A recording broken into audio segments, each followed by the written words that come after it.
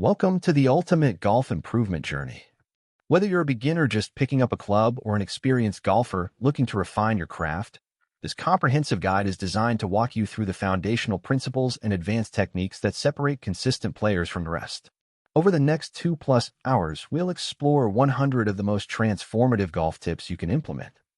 Think of this as your personal golf coach, walking beside you through every aspect of the game, from the moment you grip the club to the final putt sinking into the cup.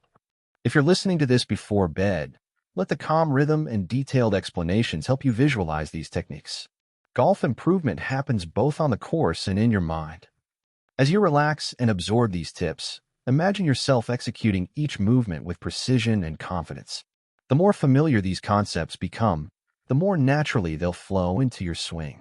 So settle in, take a deep breath, and let's begin this journey toward becoming a better golfer.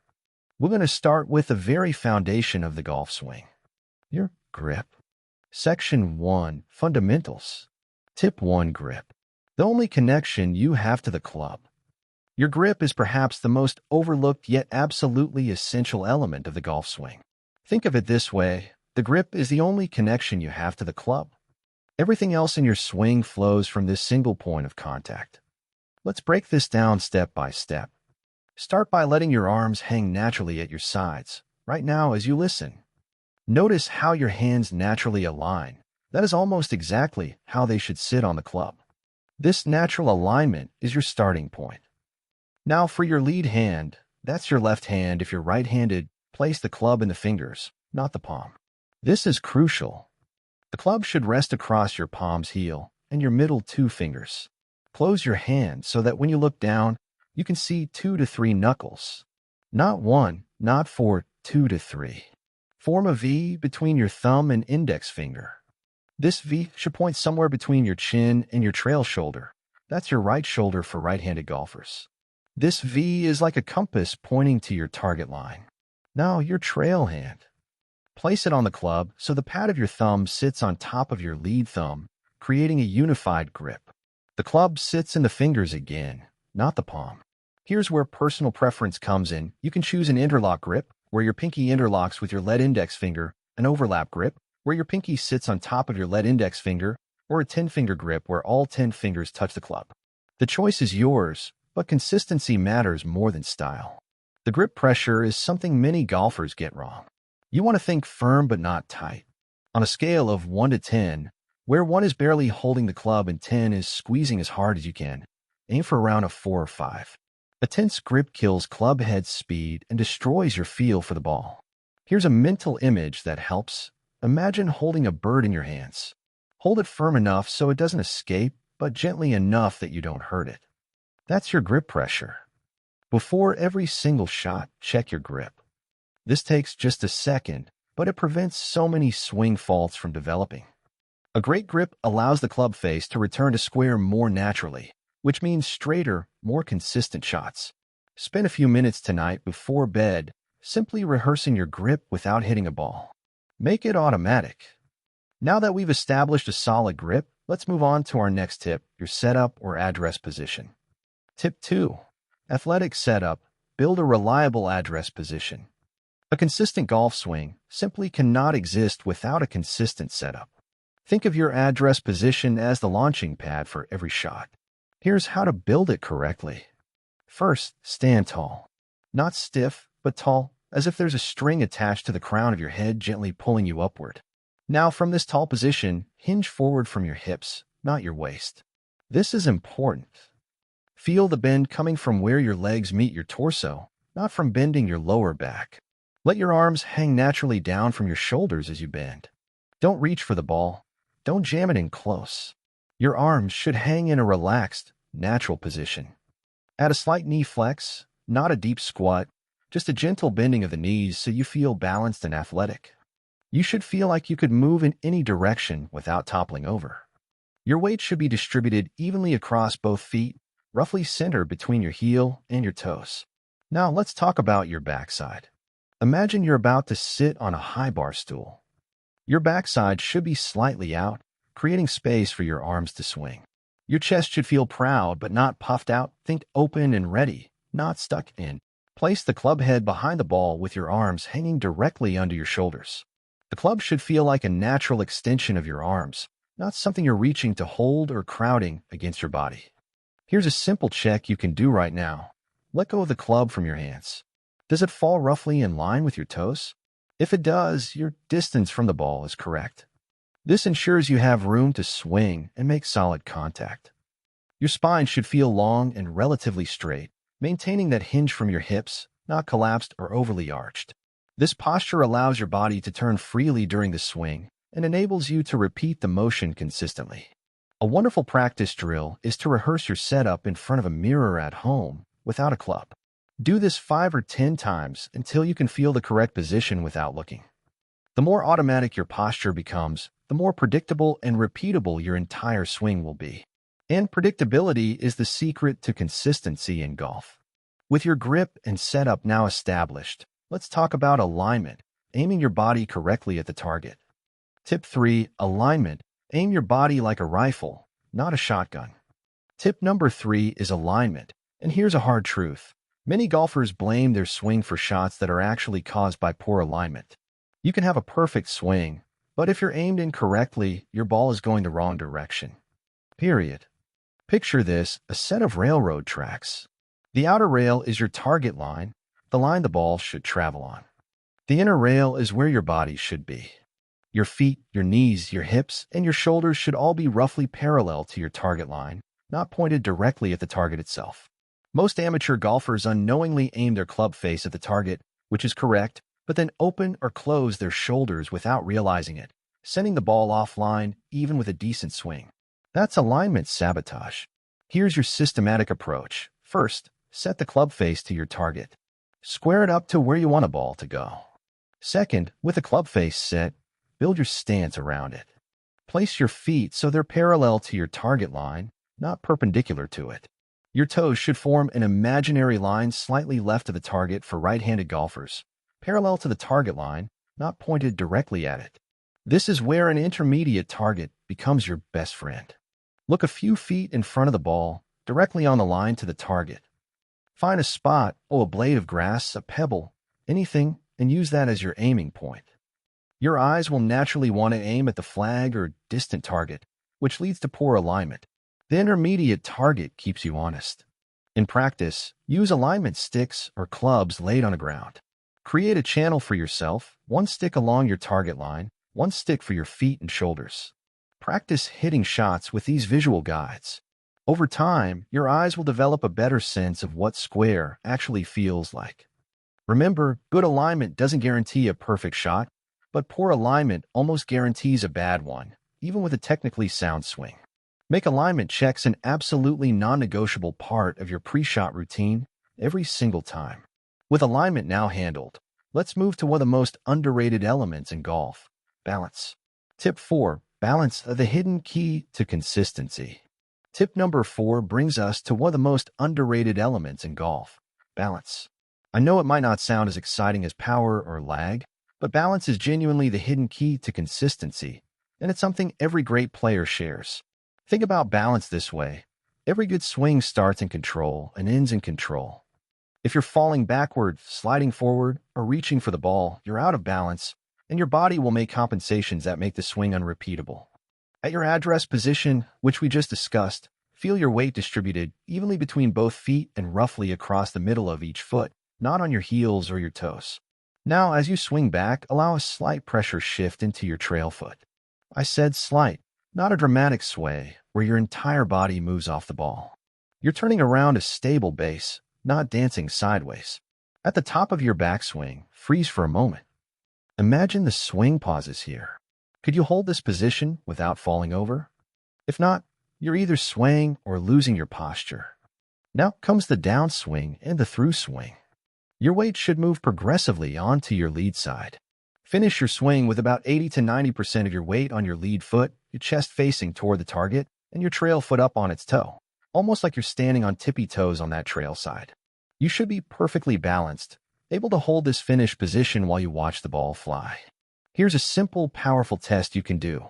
After every practice swing or real swing, hold your finish for 3 seconds. Just pause and hold it. If you can't hold it, If you're falling backward or stumbling, then you're either swinging out of control or you're losing your posture during the swing. Work on this. Better balance leads directly to better contact with the ball, improved distance control from shot to shot, and less strain on your joints and back over time. Your body will thank you. Now that we've covered the foundation, let's talk about rhythm and tempo, how to swing smooth to hit it far.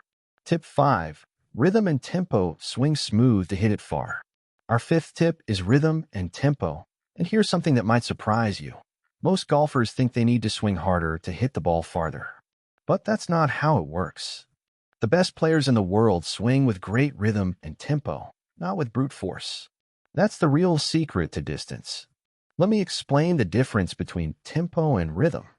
Tempo is the speed of your swing, how fast the club is moving. Rhythm is how the backswing and downswing coordinate together. It's the pattern and flow. There's a classic guideline that professional instructors use, the 3-to-1 ratio. Your backswing should take about 3 times as long as your downswing. So if you're counting, it's 1, 2 on the way back, and then 3 as you swing through. Quick, smooth back, then accelerate through. Here's another way to think about it. Swing smooth going back, accelerate through. But, and this is crucial, the acceleration should feel gradual and natural, not jerky or violent. Imagine you're changing direction with a heavy object. You wouldn't jerk it abruptly. You gradually change the direction. Your club should feel the same way. The club should never feel yanked from the top of your swing. Instead, the transition should be controlled. You're loading energy, not dumping it all at once. Now, a practice recommendation. Spend some time hitting half-speed swings at the practice range. I'm not talking about full power here. I'm talking about swings where you're only going to about 50 or 60% of your maximum effort. With these slower swings, maintain perfect balance and try to strike the center of the club face. You'll be amazed at how good the contact feels and how far the ball still goes. Over time, you can build speed while preserving that same smooth rhythm. A golfer with a smooth 85% swing will hit the ball farther and more accurately than a golfer with a jerky, out-of-control 100% swing. Good tempo improves your timing, makes your swing more repeatable when pressure is on, and often adds effortless distance. So the next time you're on the range or the course, slow down, breathe, swing smooth, and let your body accelerate naturally through the ball. Section 2. Swing Mechanics. Now we're moving into the mechanics of the swing itself. Let's start with the takeaway, how to begin the club on the right path. Tip 6. The takeaway. Starting the club on the right path. Welcome to tip number 6, the takeaway. Here's something important to understand. The first few inches of your swing set the tone for everything that follows. Get the takeaway right, and the rest of the swing becomes much easier. Get it wrong, and you'll be fighting compensations for the entire swing. From your address position, begin the takeaway by moving the club, hands, arms, and chest all together as one unit. This is called a one-piece takeaway, and it's the hallmark of solid, repeatable swings. During this first part of the swing, the club head should stay outside your hands. Let me explain what that means. If you draw a line from your hands down to the ground, the club head should be to the outside of that line as you move it back. The club isn't moving inside your body line. It's moving along the outside. The club face shouldn't be dramatically open, showing the sole of the club to the sky, or dramatically closed. Instead, it should roughly match the angle of your spine. If your spine is tilted back slightly, the face should have a similar tilt. Here's a checkpoint that instructors use when the shaft of the club is parallel to the ground, parallel to that railroad track we talked about earlier. The club head should be roughly in line with your hands, also parallel to your target line with the face slightly toe up. Toe up means the toe of the club points upward, not the heel. If you're doing this correctly, you're on plane. An excellent practice drill is to do slow motion takeaways, stopping at that parallel position, shaft parallel to the ground, and checking yourself against a mirror or video. Does it look right? Is the club on plane? Here's what you want to avoid. Don't snatch the club inside with your hands or let the face roll dramatically open. These movements usually lead to an over-the-top move later, where club comes down from outside the target line instead of inside, and you'll need to compensate with your lower body or hands, creating unreliable shot making. A disciplined takeaway, repeated consistently, makes it much easier to swing on plane and strike the ball solidly, shot after shot. With the takeaway down, let's continue into the backswing and talk about creating power through coil. Tip 7. Backswing coil. Turn around your spine, not over it. Tip number 7. Backswing coil. A powerful backswing comes from turning, not from lifting. And there's an important distinction here that many golfers miss. From your setup, your goal is to rotate your shoulders around your spine, creating a coil like winding up a spring. Think of it as turning your lead shoulder under your chin. For a right-handed golfer, your left shoulder should turn under your chin, pointing back toward the ball or even slightly behind it. You're not just rotating across your chest. You're turning deeply, creating separation. Now, your trail hip, your right hip should turn back slightly as you coil, but notice I said slightly. Your lower body doesn't turn as much as your upper body. That difference, the separation between upper and lower body, is where power lives. You're creating torque, like winding a rubber band. Your weight should move gently into the inside of your trail foot, not to the outside edge. Feel it on the inside of that foot, between the ball of your foot and your arch. Let's talk about your lead arm. It should be relatively straight at the top, but not rigid or locked. There's a difference. Your arm is extended but not tense. And let your wrists hinge naturally as the club moves upward. You're not forcing a particular wrist angle. You're letting gravity and momentum create the hinge naturally. At the top of your backswing, you should ideally reach a full but controlled position. Your back faces the target. Your hips have turned less than your shoulders, maybe 45 degrees of hip turn versus 90 degrees of shoulder turn. Your head should stay approximately in place, not moving laterally back or forward, just naturally rotating slightly with your upper body. Avoid swaying laterally away from the target. That makes it exponentially harder to return to the ball correctly and creates inconsistency. A good coil stores energy like a spring. You're building torque between your upper body and your lower body. That stored energy is what creates speed and power in the downswing, not a violent or fast swing, but an explosive, coiled release of the energy you've stored. It's the same reason a baseball pitcher winds up before throwing, or an archer pulls the arrow back before releasing it. Now we've built our coil, and we need to talk about transitioning from the backswing to the downswing, a critical moment. Tip 8. Transition. The secret moment between back and through. Tip number 8. The transition. This is the secret moment between the backswing and the downswing, and it's where many swings fall apart, especially under pressure. Here's what happens with most amateur golfers. They complete their backswing, and then their hands and shoulders immediately start the downswing. They throw their arms at the ball. The result? The club comes down from outside the target line, the body has no time to rotate, and compensations happen. This leads to inconsistency. Here's what great ball strikers do instead. They initiate the downswing from the ground up. Bottom up. Lower body first. As you complete your backswing, right at the top, before your club even finishes setting at the top, your lower body should already be starting to move toward the target. Specifically, feel your lead foot and lead hip starting to move gently toward the target. You're not making a big, aggressive move. It's a smooth initiation. This creates separation between the lower and upper body.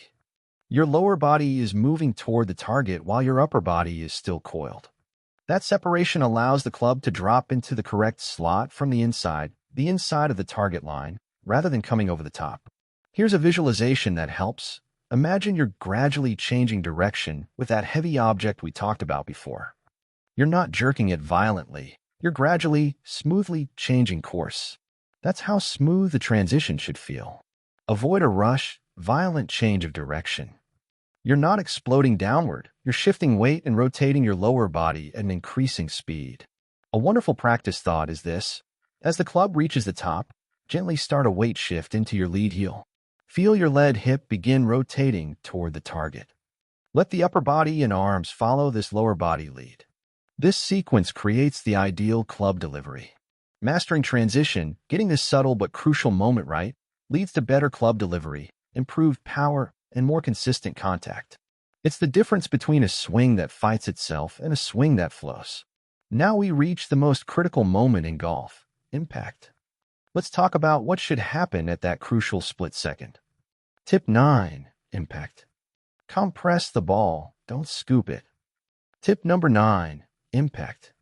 And here's the truth, impact is the only moment that truly matters. The laws of physics don't lie. What happens at impact determines the trajectory, spin, and direction of your ball. For irons and wedges, the club head should be moving downward at impact. You're striking the ball first, and then the turf creating that crisp, compressed strike. You'll hear a solid click sound. You'll see a divot that starts just after the ball, in front of the ball, not behind it. Here's the position your body should be in at impact. Your hands should be slightly ahead of the ball, not dramatically, just slightly. Your lead wrist should be relatively flat, not bent backward or bent forward. Your trail wrist should be bent or hinged slightly. Think of your trail wrist as still supporting the club, not flipped. This is a crucial mental image. Imagine you're trapping the ball against the ground with a club face. You're not scooping it, trying to help it into the air. That impulse to help the ball up is one of the most common faults, and it leads to fat shots and thin shots. Here's why. The loft on the club is designed to send the ball up naturally if you strike it correctly. An 8-iron has 37 degrees of loft. That's already a lot of loft. You don't need to add more by flipping your wrists or hanging back on your trail side. Your body position should be firm on the lead side, your weight significantly toward your lead side, with your upper body slightly ahead of the ball. You've moved through impact, not stayed back. Now the driver is different. With a driver, the physics are different. You want the club head moving slightly upward at impact because the ball is on a tee. You're sweeping it off the tee rather than compressing it into the ground. Your weight is still predominantly on your lead side, but your upper body might be slightly less ahead than with an iron. Understanding and rehearsing the correct impact position transforms your ball flight and consistency. This is worth spending practice time on. Hit balls on video or in front of a mirror, or have someone take videos of your swing. See where the club is at impact. Is it ahead of the ball? Is your body stable and through? After impact, we finish the swing. Let's talk about how to complete the motion properly. Tip 10. Follow through. Let the swing finish naturally. Tip number 10. The follow-through. And here's an interesting paradox. A good follow-through is actually a symptom of a well-executed swing. You can't force a good finish. It happens naturally if everything before it was correct. After impact, your body and club should continue moving toward the target, not abruptly stop or decelerate. Think about that. Don't hit at the ball. Swing through the ball. Your chest should continue rotating to face the target. Your belt buckle should be pointing forward toward the target. Your weight should be predominantly on your lead foot, about 80 to 90%, with your trail foot up on its toe, almost like you're standing on tippy toes. The club should finish over your lead shoulder, or even wrapped around your back slightly, in a relaxed position. Your trail elbow should be bent, not extended and stiff. If your follow-through is short and cramped, it usually means one of a few things. You decelerated or hit at the ball instead of swinging through. Your body is off balance, or you're steering the club with your hands instead of letting it swing freely. Here's a powerful practice thought. Focus on swinging to a full, relaxed finish. Not hitting at the ball, but swinging to a finish. And when you finish, hold that position until the ball lands. Actually watch the ball land while you're holding your finish. This practice accomplishes several things. First, it promotes commitment and confidence. You're fully committing to the swing. Second, it naturally encourages a better path and fuller release of the club because you're not being timid. Third, it trains your balance and posture. A high relaxed, balanced finish is a sign of a good swing. If your finishes are consistently sloppy or off balance, that's information telling you something earlier in the swing needs attention. Get comfortable holding your finish. Let it become the punctuation mark on every swing you make. Section 3. Technical refinements. Now that we have the full swing mechanics down, let's refine our technique with some critical details. Let's talk about club face control. Tip 11. Club face control, the steering wheel of your ball flight. Tip number 11. Club face control.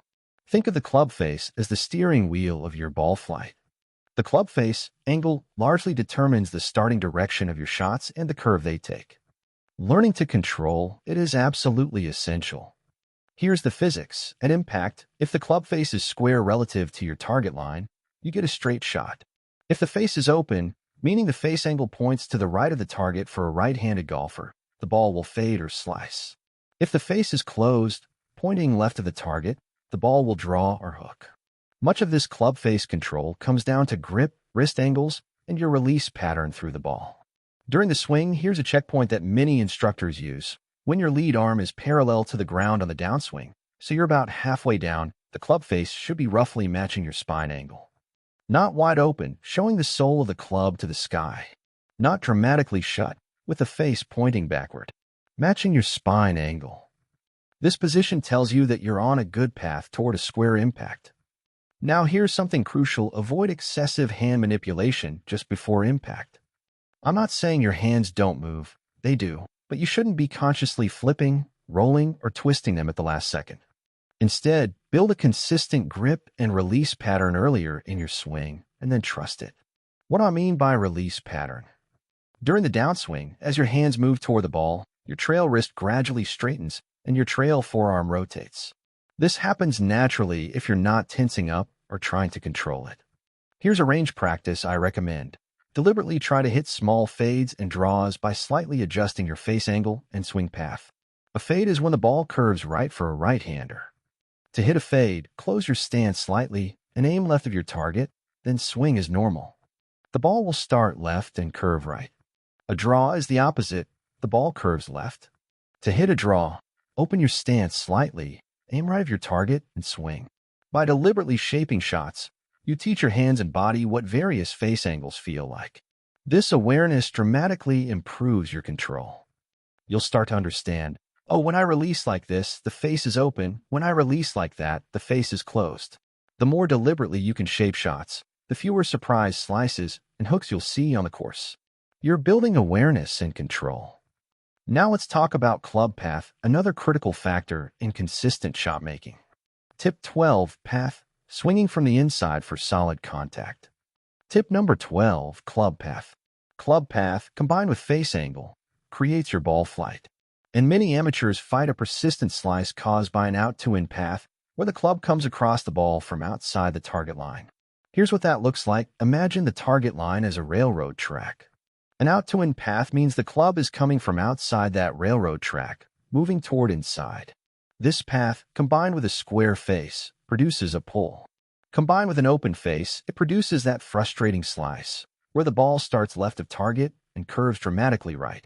To encourage an in-to-out path, which is more neutral to ideal, here's an excellent drill. Set an alignment stick or head cover just outside the ball. For a right-hander, place it slightly on the target side of the ball, outside the ball's position. Now practice swinging from inside the target line, delivering the club to the ball without hitting the obstacle outside. You're not trying to hit the ball with a huge in-to-out path. You're just promoting a path that approaches the ball from the inside rather than outside. Feel your hands dropping slightly toward your trail thigh. Your right thigh if you're right-handed, at the start of the downswing rather than casting out over the top. Casting is when your hands and arms throw the club outward early in the downswing, which brings the club over the top. A helpful sensation is imagining yourself swinging to right field if you're a right-hander. You're not trying to exaggerate a huge hook, a ball that curves dramatically left. You're just promoting a path that's slightly in-to-out. Here's the mental progression. The club comes from inside the target line, is delivered to the ball, and exits to the outside of the target line. That's the classic inside to square to inside path, and it's ideal for consistency. Over time, as you ingrain a more neutral or slightly in-to-out path, combined with a square face, you'll produce straight or gently drawing shots with strong, penetrating flight. No more slices. Now let's switch gears and talk about the mental side of golf. Let's discuss your pre-shot routine. Tip 13, the PRE shot routine. Build a repeatable process. Tip number 13, the pre-shot routine. This is where mental game starts to become as important as physical technique. A consistent pre-shot routine is a powerful tool for both performance and mental calm. Think of your pre-shot routine as an anchor. It's the same sequence you follow before every single shot, whether you're hitting a drive on the first tee or a crucial putt to save par. This routine becomes your anchor under pressure. It keeps your mind focused on execution instead of fear or doubt. Here's a simple, effective structure. First, stand behind the ball and pick your target at an intermediate spot a few feet in front of the ball, directly on the line to your target. Second, visualize the shot's trajectory and landing area. Close your eyes for a moment and see it. See the ball flying toward the target, see it landing, see the shot playing out. Third, step into the ball and set the club face to your target. Fourth, build your stance and alignment around the club. Fifth, take 1 or 2 rehearsal swings that match the shot you're about to hit, not random generic practice swings, but swings that simulate the actual shot. Finally, look at the target one more time, take a deep breath, a single breath, and pull the trigger. Execute the shot with confidence. Keep this routine brisk, not rushed, and consistent in length. Every shot should take about the same amount of time. If you're on the course and you find yourself standing over the ball for too long, unable to commit, restart. Step away, take a breath, go through your routine again, and pull the trigger. The beauty of a consistent pre-shot routine is that it becomes automatic. It's muscle memory for your mind. Even when you're nervous or under pressure, your routine gives you something familiar to rely on. You're not thinking about mechanics, you're following a familiar process. Many of the best players in the world have very similar pre-shot routines. They look the same on every shot. That consistency is not accidental, it's by design. Start developing your routine today, even if you're just practicing in your backyard or at the range. Make it consistent. Make it yours. And let it be your anchor for confidence. Let's keep the mental game going and talk about course management, playing smarter, not just better. Tip 14, course management. Play smarter, not just better. Tip number 14, course management. And here's something that separates good golfers from great golfers. Many strokes are lost not from bad swings, but from bad decisions. Course management is about choosing shots that fit your skill level and the situation. It's about playing smart golf. Let's start with a tee shot. You have a driver in hand and you're standing on the tee. Here's the first question you should ask yourself. Where is the safe side to miss? Every hole has trouble, bunkers, water, out of bounds, deep rough. Figure out where it is and aim away from it.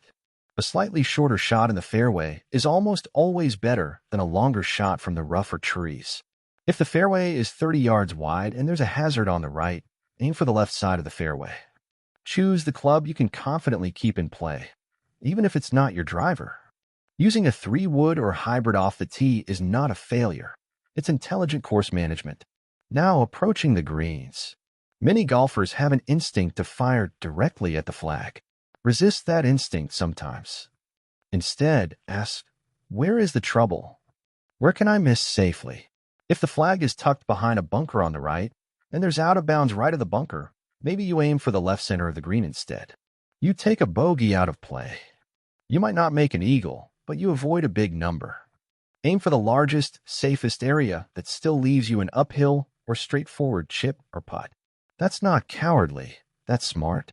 On par 5s, decide on your 3-shot plan rather than automatically trying to reach in 2. If you're an amateur golfer, maybe your plan is drive, lay up to 80 yards, wedge to 10 feet. That's a realistic par or birdie opportunity. Trying to squeeze a 230-yard fairway wood over water and low wind might be a mistake. Playing to your strengths and away from your weaknesses can lower your scores dramatically without any swing change. Smart choices compound over 18 holes and are the hallmark of good players. A bogey is better than a double. A par is better than a bogey. Keep that perspective. Now let's talk about finding your natural shot shape and owning it. Tip 15. Playing to your stock shot. Own one shape. Tip number 15. Playing to your stock shot. Every great player has a stock shot, a reliable shape they trust under pressure, usually a slight fade or a slight draw. Here's the thing. Instead of constantly trying to hit every shot perfectly straight or shape it both ways, the smart move is to develop and own one reliable pattern. And here's why, under pressure, when your brain is stressed and your hands are tense, your body will default to what it knows best. That default pattern is your stock shot. Let's say your natural shot, the way your body wants to swing, produces a small fade.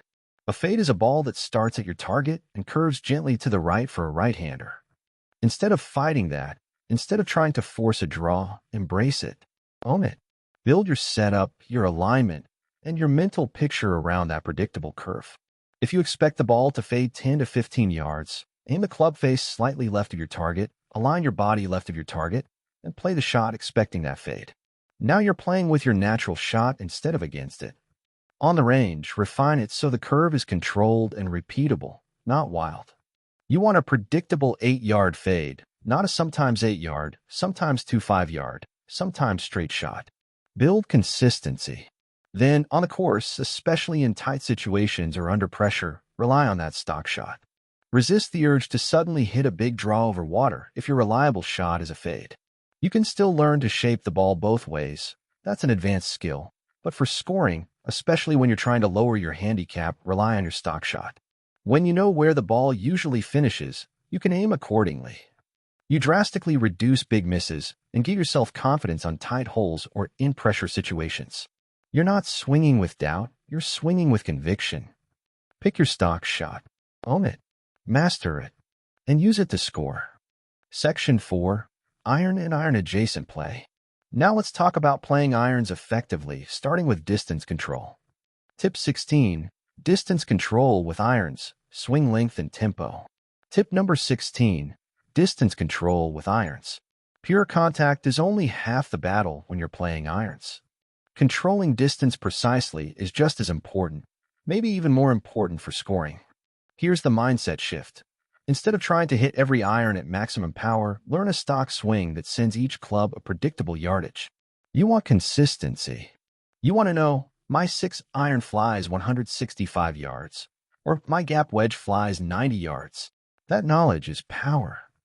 The way to build this is with consistent full but balanced swings with the same tempo, and you let the loft of the club determine the distance.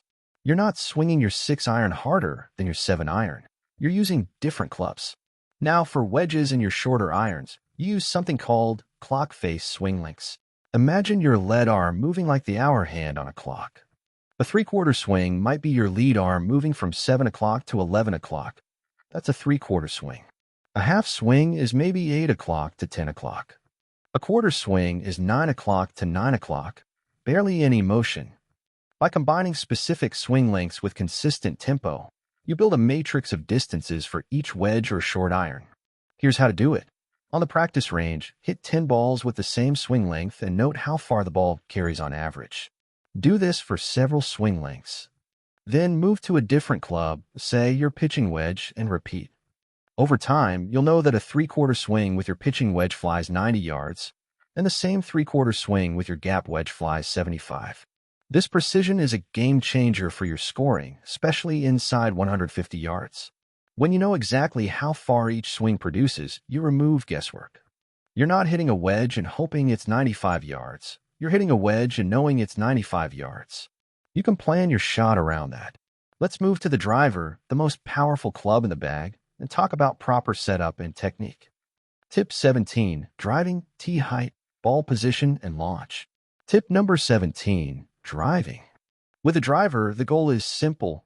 Hit the ball on the upswing with low spin and high launch for maximum distance and carry. Let's start with tee height. This is often overlooked, but it matters. Position your tee so that about half the ball sits above the top edge of the driver at address. That's roughly the height of the equator of the ball, sitting above the club head. Not higher, that leads to mishits, and not lower, that changes your launch angle. About half above the top edge. This tee height is your starting point, and you can adjust from there if you want to experiment with launch. Ball position, place the ball just inside your lead heel. For a right-hander, that means just inside your left heel. This is more forward than your irons. This forward position naturally encourages hitting on the upswing. Now, your stance and posture. Take a slightly wider stance than your irons. Your feet may be shoulder width apart or slightly wider. Tilt your upper body a bit away from the target so your lead shoulder sits slightly higher than your trail shoulder. This tilt also helps you hit up on the ball. During the swing, make your smooth, full turn all the same principles we talked about earlier and focus on sweeping the ball off the tee rather than chopping down on it. A good image is swinging through the ball to a full finish, not hitting at the ball. Here's something important. Avoid overswinging. A lot of golfers think, driver off the tee time to swing hard. But distance comes primarily from centered contact and good launch conditions, not from swinging out of your shoes. An 85% swing with centered contact beats a 100% wild swing every time. A properly teed and positioned ball sets you up to use the driver as a weapon instead of a source of frustration. Get comfortable with your setup, trust your swing, and let the driver do its job. Now let's talk about fairway woods and hybrids, clubs that many golfers misunderstand. Tip 18. Fairway woods and hybrids. Sweep, don't dig. Tip number 18. Fairway woods and hybrids. These clubs are often overlooked or misunderstood, but they're incredibly valuable for scoring, especially on par 5s and long par 4s. The key difference between these clubs and irons is this: with fairway woods and hybrids, you want more of a sweeping strike rather than the steep, digging motion you use with irons. The club is designed to produce this sweep, so let it. Ball position: place the ball slightly forward of center for hybrids, maybe an inch or two. For fairway woods, move the ball a bit more forward. This forward position encourages a shallower angle of attack. Your stance: narrower than your driver, but slightly wider than your mid-irons. This balanced stance gives you stability. At address, feel a bit more weight balanced or slightly favoring the lead side, but not excessively. You're not hanging back on your trail side, you're just not overloading the lead side. During the swing, maintain your posture and resist the urge to lift the ball. That's the killer move with fairway woods and hybrids. You don't need to help the ball up. The loft on the club will handle that. Let the club swing and sweep. A shallow angle of attack with steady rotation through the ball leads to solid, high-launching shots that carry far and have good distance control. Here's an excellent practice. Work on fairway woods and hybrids from light, rough, and fairway lies. This builds confidence so these clubs become go-to options off the tee on tight holes, when you don't want to risk a driver, or for long approach shots into par 5s. Many amateurs underuse fairway woods and hybrids. They're honest, reliable clubs that can lower your scores. Section 5. Short Game Fundamentals. Now we're entering the scoring zone. Let's talk about wedge play. Tip 19. Wedge play. Mastering the scoring clubs. Tip number 19. Wedge play. These are your scoring clubs. Wedge is your pitching wedge, gap wedge, sand wedge, and potentially a lob wedge are where strokes are won and lost. The players who master the short game around 100 yards and intend to shoot lower scores, period. Spend significant practice time with your wedges. Build familiarity. If you have time for 100 range balls, maybe 40 of them should be wedge shots. Let's focus on 3 core elements: contact, trajectory, and distance control. For standard pitches, full swing wedge shots, narrow your stance slightly compared to your irons. Move the ball just forward of center. Favor your weight on the lead side, maybe 60 to 65% of your weight there. This promotes cleaner contact with compressed strikes. During the swing, keep your wrists relatively quiet on shorter shots and rotate your chest through the ball for stability. You're not making a dramatic wrist hinge on a 40-yard pitch. You're making more of a body rotation. Use swing length and speed to control distance instead of excessive hand action. We talked about clock face swings earlier.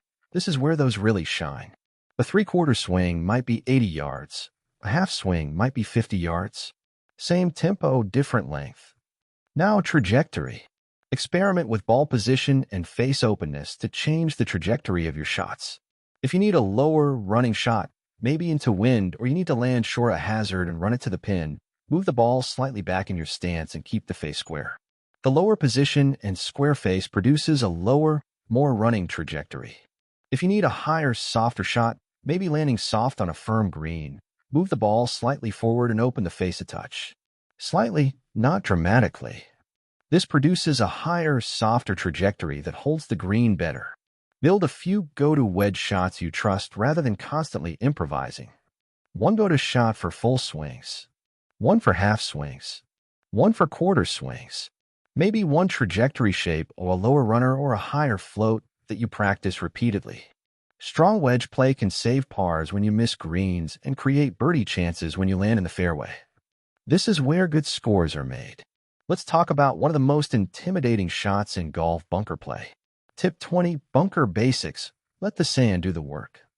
Tip number 20. Greenside bunker play. Bunkers intimidate many golfers, but the technique is straightforward once you understand it. And the best part, you're not trying to hit the ball, you're trying to hit the sand. Let me explain. In a greenside bunker, your goal is to use the sand's explosion to propel the ball out. You're not digging a deep trench, you're creating a splash of sand that carries the ball out. Here's the setup. Open your stance, meaning your feet are aimed left of your target for a right-hander. Open the club face too. Rotate it so the toe of the club points more right. This combination produces a high soft trajectory that's ideal for bunker shots. Now grip the club. It's important that you grip it after you've opened a face, not before. If you open your grip hand, you'll close the face. Grip it after the face is open, so you're gripping an open club face. Dig your feet into the sand to establish a stable base and lower your body slightly. This gives you a better angle to swing on. Ball position, place it forward in your stance, closer to your lead heel. This forward position encourages a shallow angle of attack. Now here's the key mental image. Aim to enter the sand an inch or two behind the ball. Not at the ball, behind it. Swing down into that sand, letting the clubs bounce, the curved bottom of the sole, skip through the sand. The sand explosion carries the ball out. Maintain club face loft through impact. Avoid flipping your hands or quitting on the shot. Think, commit to the swing. Many bunker shots are mis-hit because golfers decelerate or try to steer the shot. For longer bunker shots, 30 or 40 yards, use a less lofted wedge like a pitching wedge instead of your sand wedge, and aim for a slightly smaller entry point behind the ball, maybe a half inch instead of an inch. Experiment to find what works for you. Practicing this splash motion repeatedly, whether at a practice bunker or even at home imagining the motion, builds trust so bunkers become opportunities rather than disasters. A great bunker shot can demoralize an opponent or save your round. Let's simplify one of the most stressful shots, chipping around the green. Tip 21. Chipping. Simplify with a pudding-like motion. Tip number 21. Chipping. Around the greens, many players overcomplicate chips and turn them into difficult shots when they should be routine. Let's simplify. A reliable chipping technique is to treat basic chips like longer putts with a lofted club. It's not complicated. It's straightforward. First, choose the right club based on what you need, how far you need the ball to fly versus how far it needs to roll. If you need the ball to fly a short distance and roll the majority of the way, use a pitching wedge. If you need more carry and less roll, use a sand wedge. The choice depends on the shot. Now setup. Use a narrow stance, narrower than your full swing stance. Position the ball slightly back of center, maybe an inch or two back of center. Put most of your weight on your lead side, 65 to 75%. Here's the important part. Lean the shaft slightly forward so your hands are ahead of the ball at address. This forward shaft lean is crucial. It means at impact, which happens very quickly in a chip, your hands will be ahead of the ball. That's the correct position. Now the motion, use a small rocking motion of your shoulders, very similar to a putting stroke. Your shoulders rock back and forth. Minimal wrist hinge. Your wrist should stay relatively quiet. Let your shoulders do the work. Strike the ball first with a slightly descending blow, nothing dramatic, just a gentle downward angle, and let the ball pop up and roll out to the hole. The goal is consistency and simplicity. When you have a simple, repeatable chipping motion, you can practice it repeatedly and build confidence. You know what to expect. Once you have a basic chipping motion, you can vary clubs and landing spots to control roll, effectively turning you into a reliable up and down player. Those up and downs add up over 18 holes and significantly lower your scores. Section 6. Putting Mastery. Now we reach the green. Let's talk about longer putts first. Lag putting. Tip 22. Lag putting. Eliminate 3 putts. Tip number 22. Lag putting. One of the fastest ways to lower scores is to improve lag putting, your longer putts from 30, 40, 50 feet, and eliminate most 3 putts. Here's the key principle. On long putts, the priority is speed control, not perfect line. You're not expecting to make these putts. You're expecting to leave yourself with a short, makeable second putt. Let's start with reading the putt. Look at the overall slope of the green. Is the putt generally uphill or downhill? Left to right or right to left? Get a general sense. You don't need laser precision reading on a 50-footer. You need to know the big picture slope. Now rehearsal strokes. This is crucial. Make several practice strokes while looking at the hole, not looking at the ball. Let your eyes and instincts tell you how hard you need to swing to roll the ball into a 3-foot circle around the cup. Feel the weight of the putter and the motion you need. At address, set your eyes directly over or just inside the ball-to-target line. Keep your arms relaxed. Tension is the enemy in putting. Your grip pressure should be light. Use a smooth, pendulum-like stroke with even pace back and through. The putter should glide through impact, not jabby, or decelerating. Here's a practice drill that builds excellent feel: ladder drills. Set balls at progressively longer distances, say 3 feet, 6 feet, 9 feet, 12 feet, 15 feet, and practice hitting lag putts to stop at each distance. The goal is to get each putt to stop within a 3-foot range of that distance. Hit several putts at 15 feet, then move to 12 feet, then 9 feet, working your way back. This builds extraordinary distance control. When your speed control improves, even imperfect reads will leave you with short, makeable second putts instead of stressful long comebacks. You're not making every long putt, but you're eliminating 3 putts. That's a massive score improvement. Now let's talk about the putts that matter most: short putts. Tip 23.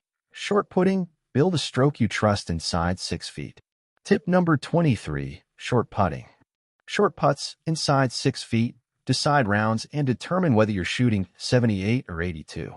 These putts require both solid mechanics and mental confidence. Let's start with mechanics. 4 putts inside 6 feet simplify everything. You don't need a perfect read. You just need to commit to a line and start the ball on that line with solid contact. Here's your systematic approach. Commit to your read, spend a few seconds looking at the line, determine if the putt is straight or breaks left or right, and commit. This commitment is crucial. Now set the putter face square to your starting line, the line you've committed to. Then build your stance so your shoulders, hips, and feet are parallel to that starting line. You're aligned to your intended line, not to the hole necessarily, but to the line you've chosen. Keep your grip pressure light. Tension in the hands kills feel and creates jab motion. Your eyes should be comfortably over or slightly inside the ball. Now the stroke. It should be compact and rhythmic. Think of your shoulders as rocking like a pendulum, back and through, back and through. Minimal wrist action.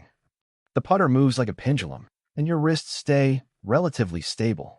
Here's a useful thought process: accelerate through the ball. But let me clarify, that doesn't mean hit harder. It means avoid a jabby, decelerating motion where your putter slows down before impact. Your putter should accelerate slightly through impact, maintaining or increasing pace. A drill I recommend: practice 3 to 6 foot putts with consequences. For example, you must make 10 in a row before you leave the putting green. This builds pressure and trust. When you can't make putts on the practice green under pressure, you're more likely to make them on the course when it matters. Short putting, making these crucial putts, is where tournaments are won and rounds are saved. A short putt might be the difference between a 78 and an 82, between an 85 and a 90. Master this skill, and your scores will drop. Section 7. Practice and mindset. Now let's transition from technique to how to develop these skills. Let's talk about practicing with purpose. Tip 24. Practice with purpose, quality over quantity. Tip number 24. Practice with purpose. This is critical. Improvement in golf doesn't come from hitting more balls. It comes from practicing with intention and deliberation. Many golfers go to the range and mindlessly rake balls, hit them, rake more balls, and hit them. An hour of that produces minimal improvement. Instead, divide your practice time into specific segments with specific goals. Here's a structure I recommend. Start with a brief warm-up, light stretches, a few half swings, then gradually build up to full swings. Your body isn't ready for maximum intensity right away. Warm up gradually. Then divide your practice into blocks. 1 block for full swing, a driver, fairway woods, irons. 1 block for short game, wedges, chips, bunkers. 1 block for putting. During your full swing block, don't just mindlessly hit balls. Pick a specific target and a specific shot type for each swing. If you pick a target at 150 yards, visualize a hole, hit a driver off that tee, then based on that result, choose an iron and aim at your target, then choose a wedge. Simulate actual golf. This makes your practice feel like real golf. For short game and putting, set up drills with specific goals. I want to get 7 out of 10 chips inside a 2-foot circle. I want to make this ladder of lag putts with progressively longer distances. Keep a simple practice journal. After each practice session, write down what you worked on, what you noticed, and what felt better or worse. Over time, patterns emerge. You'll notice, when I focus on tempo, my ball striking improves, or when I work on alignment, my accuracy gets better. This structured, purposeful approach leads to faster, more lasting improvement than casual, unfocused sessions. An hour of purposeful practice is worth 5 hours of mindless range balls. Finally, let's talk about the most important aspect, your mental game. Tip 25. Mental game. Manage expectations and stay present. Tip number 25, our final tip for this session, the mental game. Golf is as much mental as physical, maybe even more so. Your mindset determines how well your physical skills show up. Let me start with expectations. Many golfers have unrealistic expectations for themselves. They expect to hit every fairway, make every green, and hole every putt. That's not realistic. Even tour players don't do that. Tiger Woods, one of the greatest players ever, hits fairways about 60% of the time and greens about 70%. If he's missing fairways and greens, so are you. Instead of demanding perfection, focus on process. Focus on one shot at a time. Before each shot, have a simple pre-shot routine. We discussed that earlier. Before each swing, commit fully. After each shot, good or bad, accept it and move on to the next one. Here's a framework for between shots management. After your shot, take a few deep breaths. Accept the result, whether it's good or bad. It's done. Shift your attention to what's next. Don't replay the previous shot. Don't worry about future shots. Stay present with the current shot. When facing pressure, whether it's a crucial putt or a tee shot with water right, narrow your focus to what you can control. You can control your routine. You can control your target. You can control your tempo. You can't control the wind. You can't control the bounce. You can't control the result. Focus on what you can control. Replace unhelpful thoughts with positive, specific cues. Instead of don't hit it in the water, think start it at the right edge of the bunker with a smooth swing. Instead of make this putt, think start this putt on the line I've chosen. These specific cues keep your mind focused on execution, not fear. After the round, evaluate with curiosity, not judgment. What went well? What needs work? Treat golf like a puzzle to solve, not a competition to win or lose. A calmer, more present mindset allows your physical skills to show up more consistently. Golf is challenging. It's designed to be. But that's also what makes it beautiful. The mental side, staying calm, staying present, staying focused, that's where the real growth happens. Work on it. Section 8. Advanced Swing Concepts.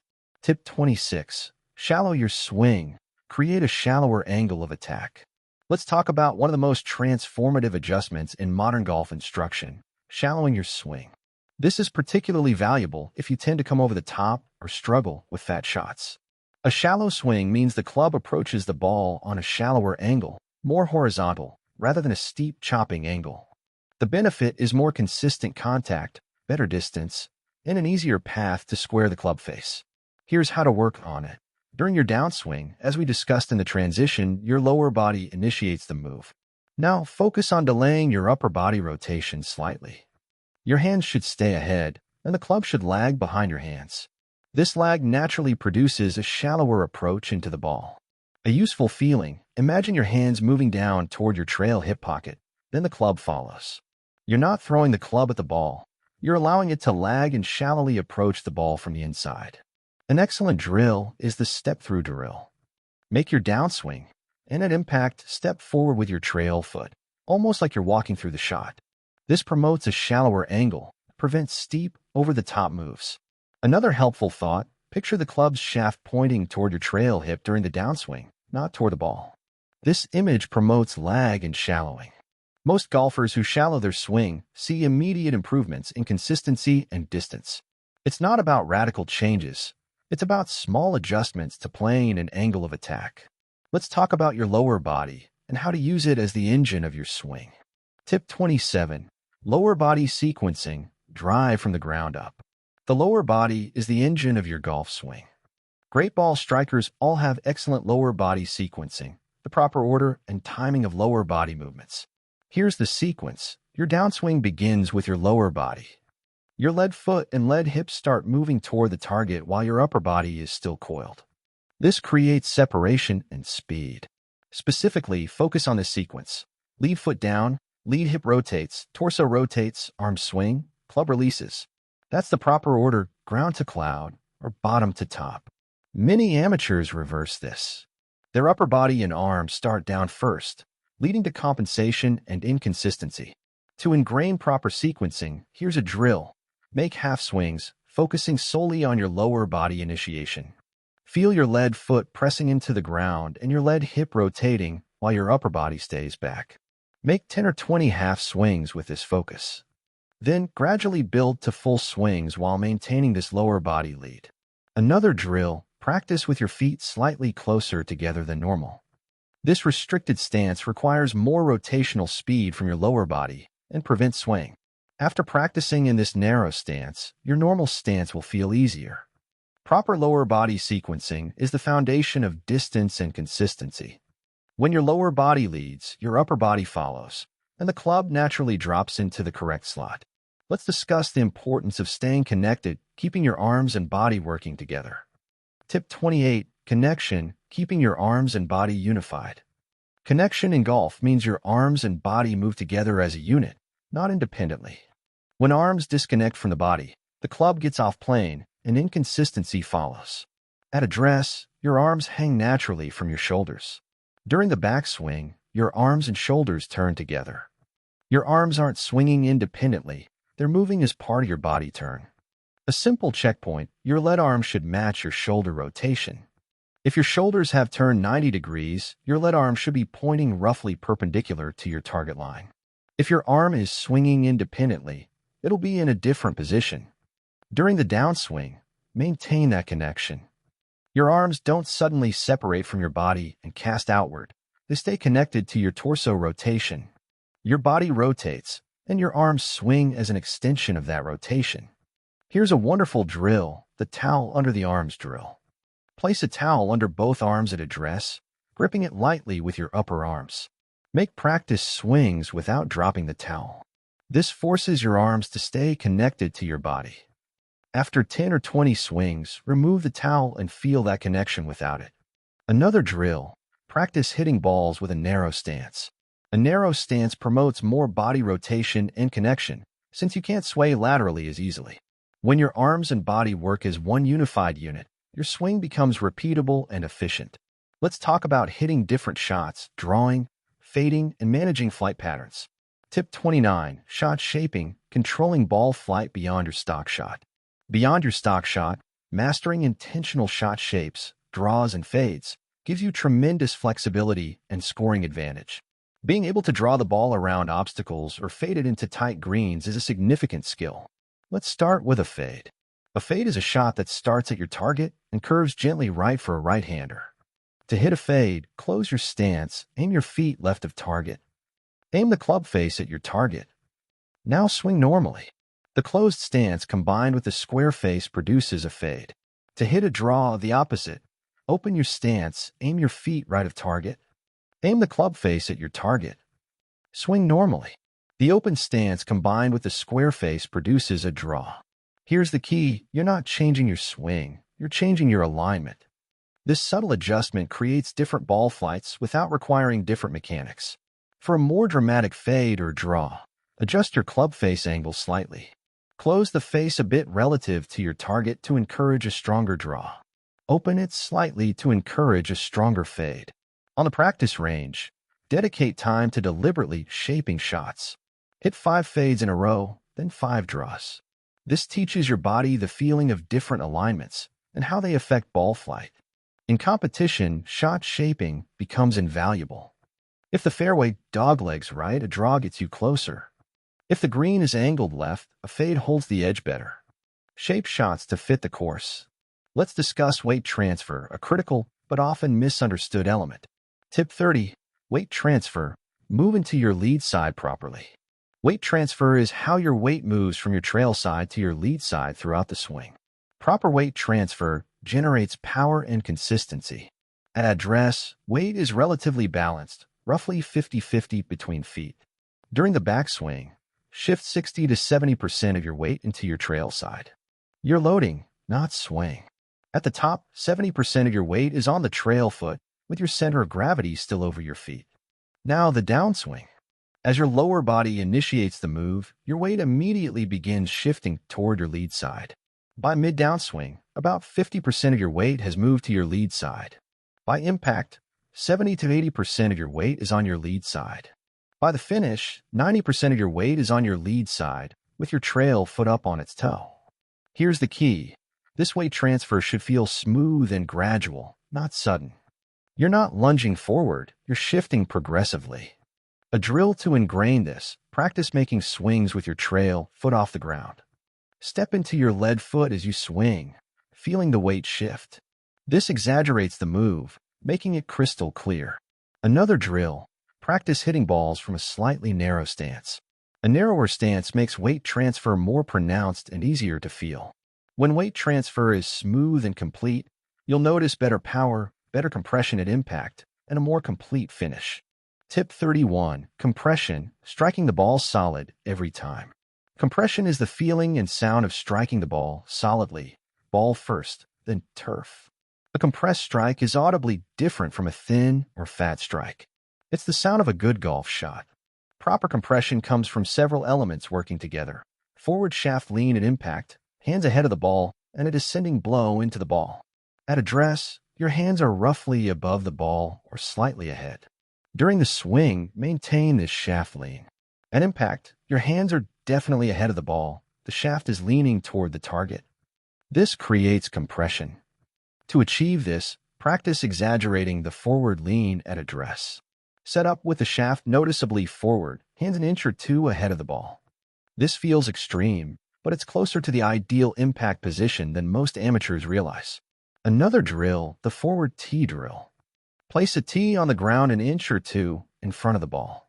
Focus on striking the ball before the forward tee. This encourages a forward shaft lean and solid compression. When you compress the ball, you'll immediately hear and feel the difference. The contact sounds crisp. The ball flies farther and more predictably. Compression is one of the most satisfying aspects of golf, that pure, solid strike. Spend time perfecting it. Section 9. Specialty shots and situations. Tip 32. Hitting from uneven lies, adapting your setup. Not every shot is from level ground. Learning to hit from uphill, downhill, and sidehill lies is essential for scoring, especially on courses with terrain. For an uphill lie, the ground slopes upward in front of you. Set your shoulders parallel to the slope, tilted uphill. Lean slightly into the slope. The ball will naturally fly higher, so club down. Use a 7-iron instead of a 6-iron, for example. Position the ball slightly forward in your stance. Make your normal swing, focusing on staying balanced on the slope. For a downhill lie, the ground slopes downward. Set your shoulders parallel to the slope, tilted downhill. The ball will fly lower, so club up. Use a 5-iron instead of a 6-iron. Position the ball slightly back in your stance. Resist the urge to lift the ball. Let the slope dictate trajectory. For a sidehill lie with a ball above your feet, the ball is higher than your feet. The ball will naturally draw or hook. It's angled left. Aim right to compensate. Choke down on the club, grip lower for better control. Make a smooth swing. For a sidehill lie with a ball below your feet, the ball is lower than your feet. It will naturally fade or slice angled right. Aim left. Flex your knees more for stability. Maintain your posture. The key to uneven lies is this: don't fight the terrain, work with it. Adjust your setup and club selection based on the slope and trust your swing. Let's talk about playing in wind, a major variable in golf. Tip 33. Playing in wind, adjusting technique and strategy. Wind dramatically affects golf shots. Learning to manage your game in wind separates good players from great ones. In headwind, wind blowing toward you, the ball will fly shorter, so club up, use a longer club. Tee lower for more control. Make a smoother swing. Tempo is more important than aggression. Stay committed to your line and target.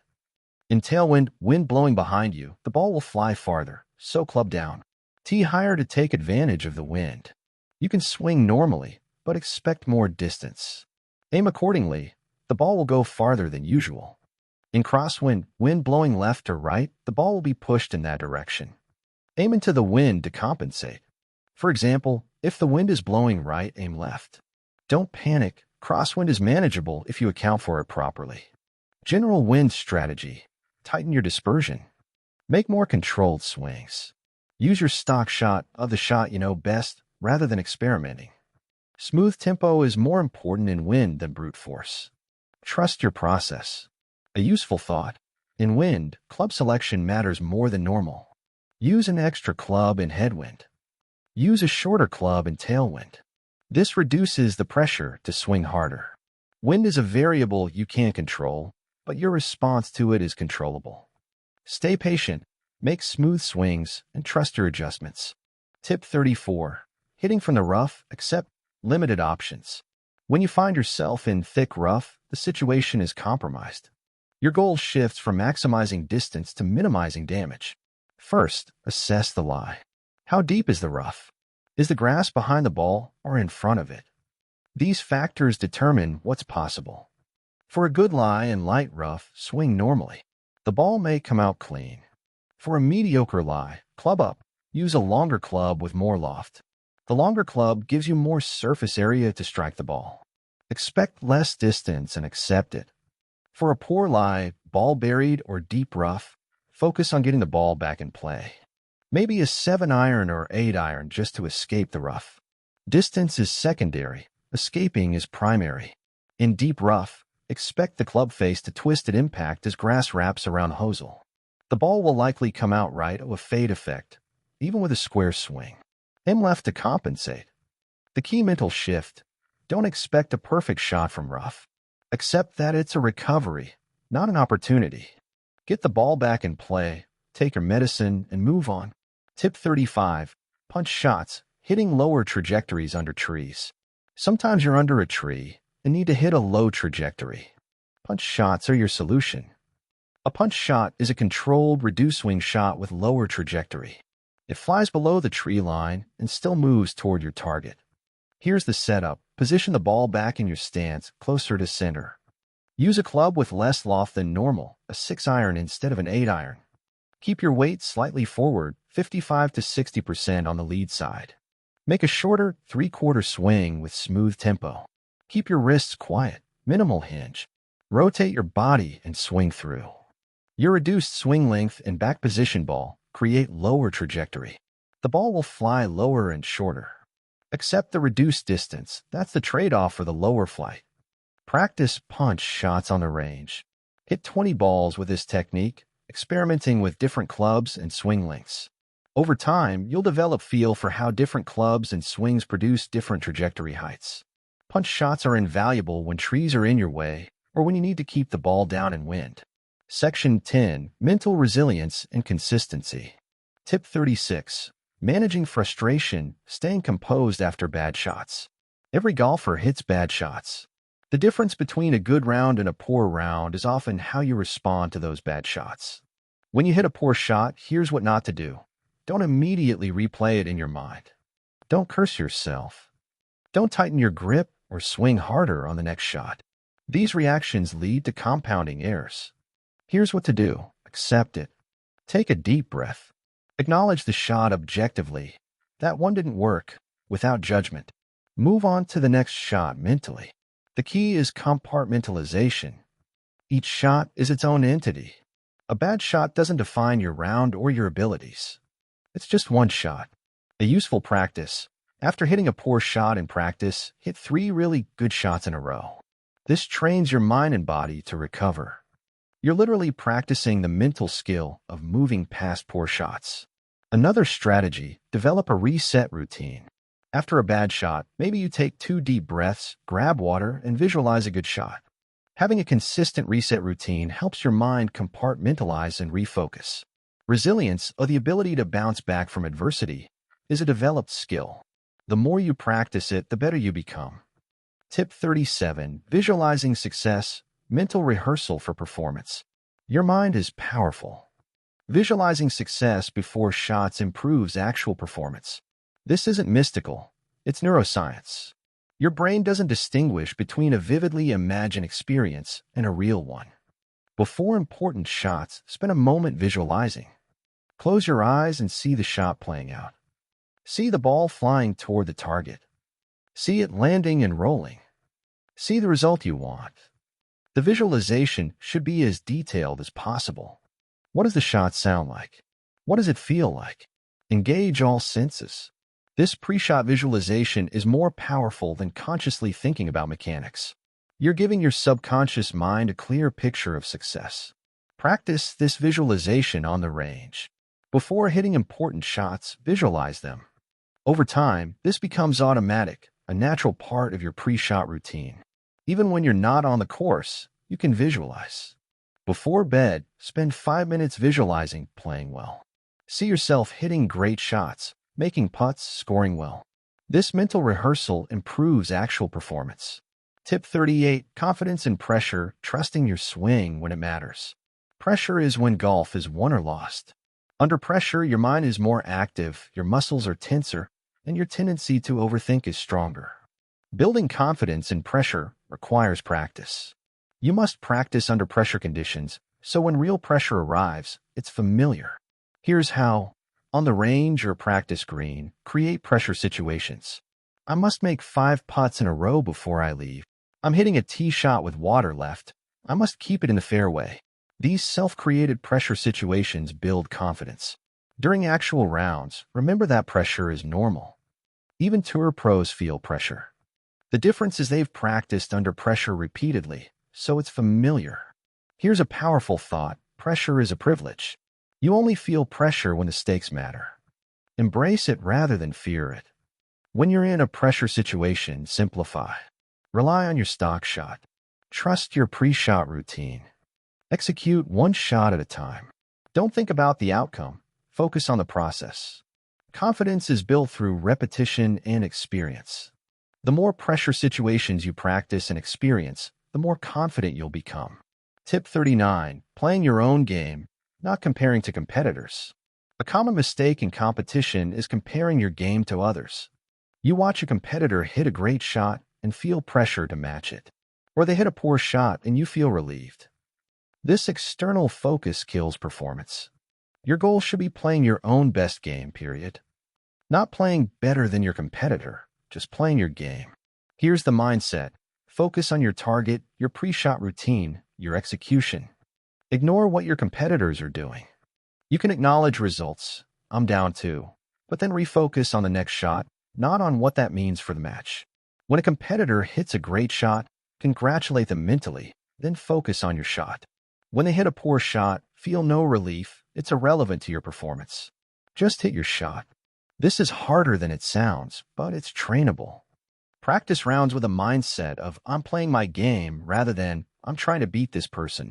Over time, this becomes your default mindset. Playing your own game allows your full capabilities to show up.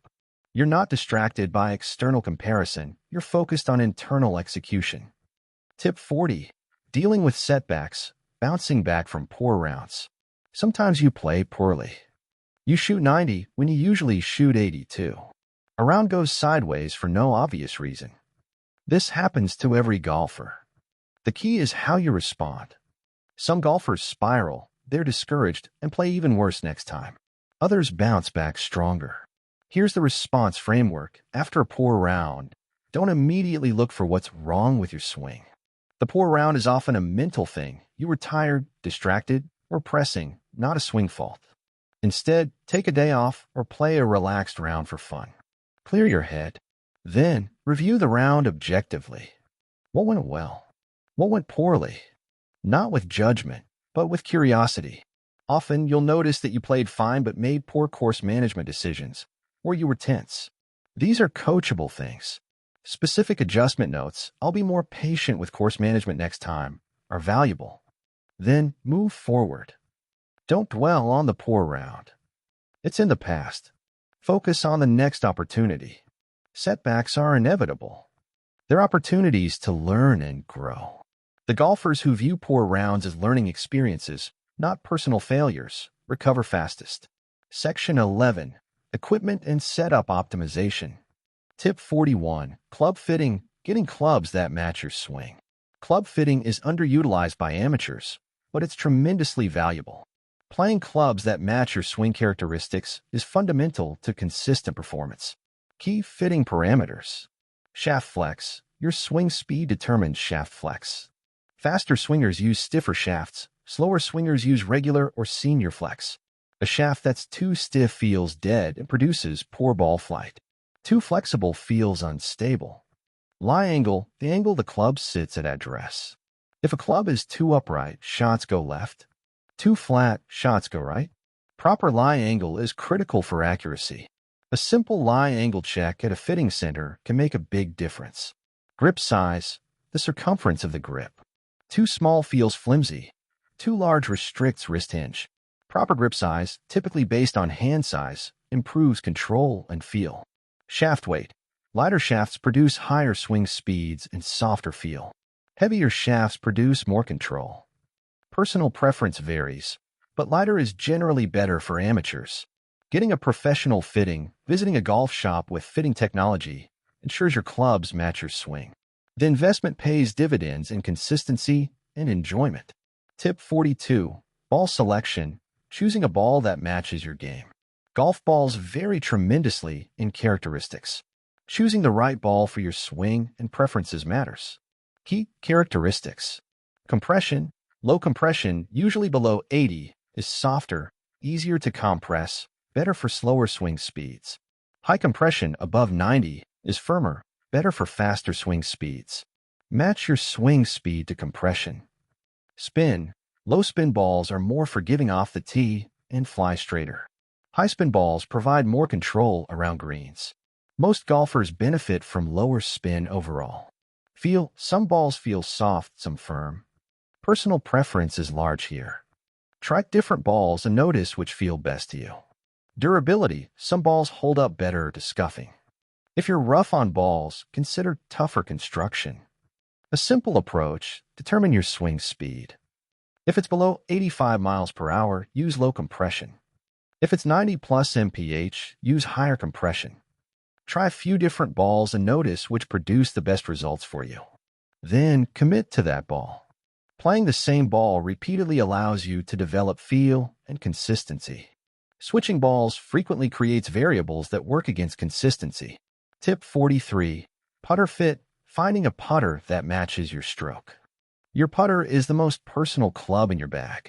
A putter that matches your stroke characteristics is crucial. Putter length. Most putters are 34 or 35 inches. Taller players sometimes prefer longer putters. Shorter players sometimes prefer shorter. The goal is comfortable posture at address. Putter weight. Lighter putters feel more responsive. Heavier putters feel more stable. Slower swingers often prefer slightly heavier putters for momentum. Head design. Mallet putters are generally more forgiving than blade putters. If you struggle with off-center hits, a mallet is more forgiving. Stroke type. If you have an arcing stroke, the putter swings in an arc rather than straight back. An offset putter often works better. If you have a straight back stroke, the center shafted or blade putter works well. The best approach, try several putters. Make putts with each one on the practice green. Notice which one feels most natural and produces the most confidence. Once you've found a putter you trust, commit to it. Familiarity breeds confidence, and confidence breeds mix. Tip 44. Shot tracking, using data to identify patterns. Modern golf increasingly uses data. Shot tracking, recording where your shots go, reveals patterns and informs improvement. Simple shot tracking. On the range, hit 10 shots with each club and note the distance and direction. Over time, you'll see patterns. Maybe your 7-iron consistently goes 5 yards right, or your driver has huge dispersion. This data-driven insight guides practice. More sophisticated tracking. Tools like launch monitors measure ball speed, launch angle, spin rate, and carry distance. Understanding these numbers helps explain your ball flight. On the course, note where your shots end up. Do you tend to miss left or right, long or short? These patterns suggest a systematic issue worth addressing. The goal of shot tracking isn't perfection, it's awareness. The more you understand your shot patterns, the more you can make intentional adjustments. Tip 45. Course setup optimization, using course management based on conditions. Different courses and conditions require different strategies. Optimizing your setup for conditions improves performance. Windy days, tee lower for more control. Use more aggressive course management, maybe lay up more often. Firm greens. The ball won't stop on firm greens, so aim below the pin. Use less spin where possible. Soft, receptive greens, you can attack greens more aggressively. Aim at pins. Tight fairways, use fairway woods or hybrids off the tee instead of driver. Lower risk justifies the reduced distance.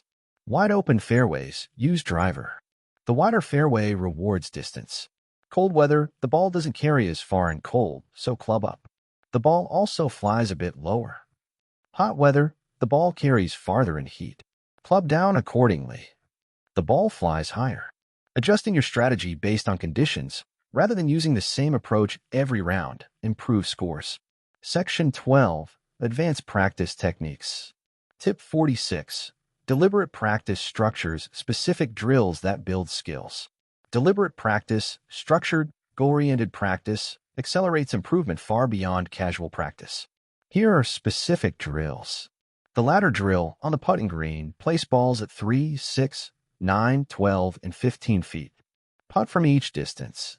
Goal: make the 3-footer, 2-putt the 6-footer, and leave yourself inside 5 feet on longer putts. Repeat multiple times. The fairway focus drill on the range, set alignment sticks 30 yards wide, simulating a fairway. Hit 20 drives, goal being 18 or more land in the fairway. The distance accuracy drill on the range, place markers at 100, 130, 160, and 190 yards. Hit your wedges and irons, aiming at these specific distances. Track how many land within 10 yards of the target. The pressure putt drill. Make 10 putts from 4 feet. If you miss one, start over. Goal: make all 10 in a row. This builds pressure tolerance. The shot variety drill. Hit 5 straight shots, 5 fades, 5 draws.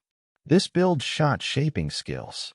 Deliberate practice drills are specific, measurable, and focused on weaknesses. They're more valuable than casual range balls. Tip 47. Video analysis. Using video to identify swing issues. Video is one of your most valuable coaching tools. Most swing issues are invisible to your own feel. Simple video analysis. Film yourself from face-on and down the line. Compare your swing to tour pros or instructional videos. What's different? Common issues visible on video. Over the top, the club comes down from outside the target line. You'll see the shaft point outside the ball line on down-the-line view. Sway, your body moves laterally off the ball. You'll see your head moving on face-on view. Early extension, your body straightens up during the downswing. You'll see your torso stand up. Casting, your arms throw the club early in the downswing. You'll see a loss of lag. Once you've identified an issue on video, you know what to fix. Then you can film again to verify the fix worked. Video analysis is free if you use your phone. Use it regularly to monitor your swing. Tip 48. Peer learning. Playing and practicing with better golfers. Playing and practicing with better golfers accelerates your improvement. You observe their techniques, their course management, their mental approach, and you absorb it. Make friends with golfers better than you. Play with them regularly. Watch how they set up, how they manage the course, how they respond to adversity. Practice sessions with better golfers are particularly valuable.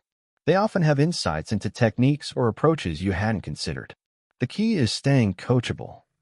If a better golfer offers a tip, listen. If you notice they do something differently than you, ask why. Peer learning is free and incredibly effective. Tip 49. Playing different courses, expanding your experience.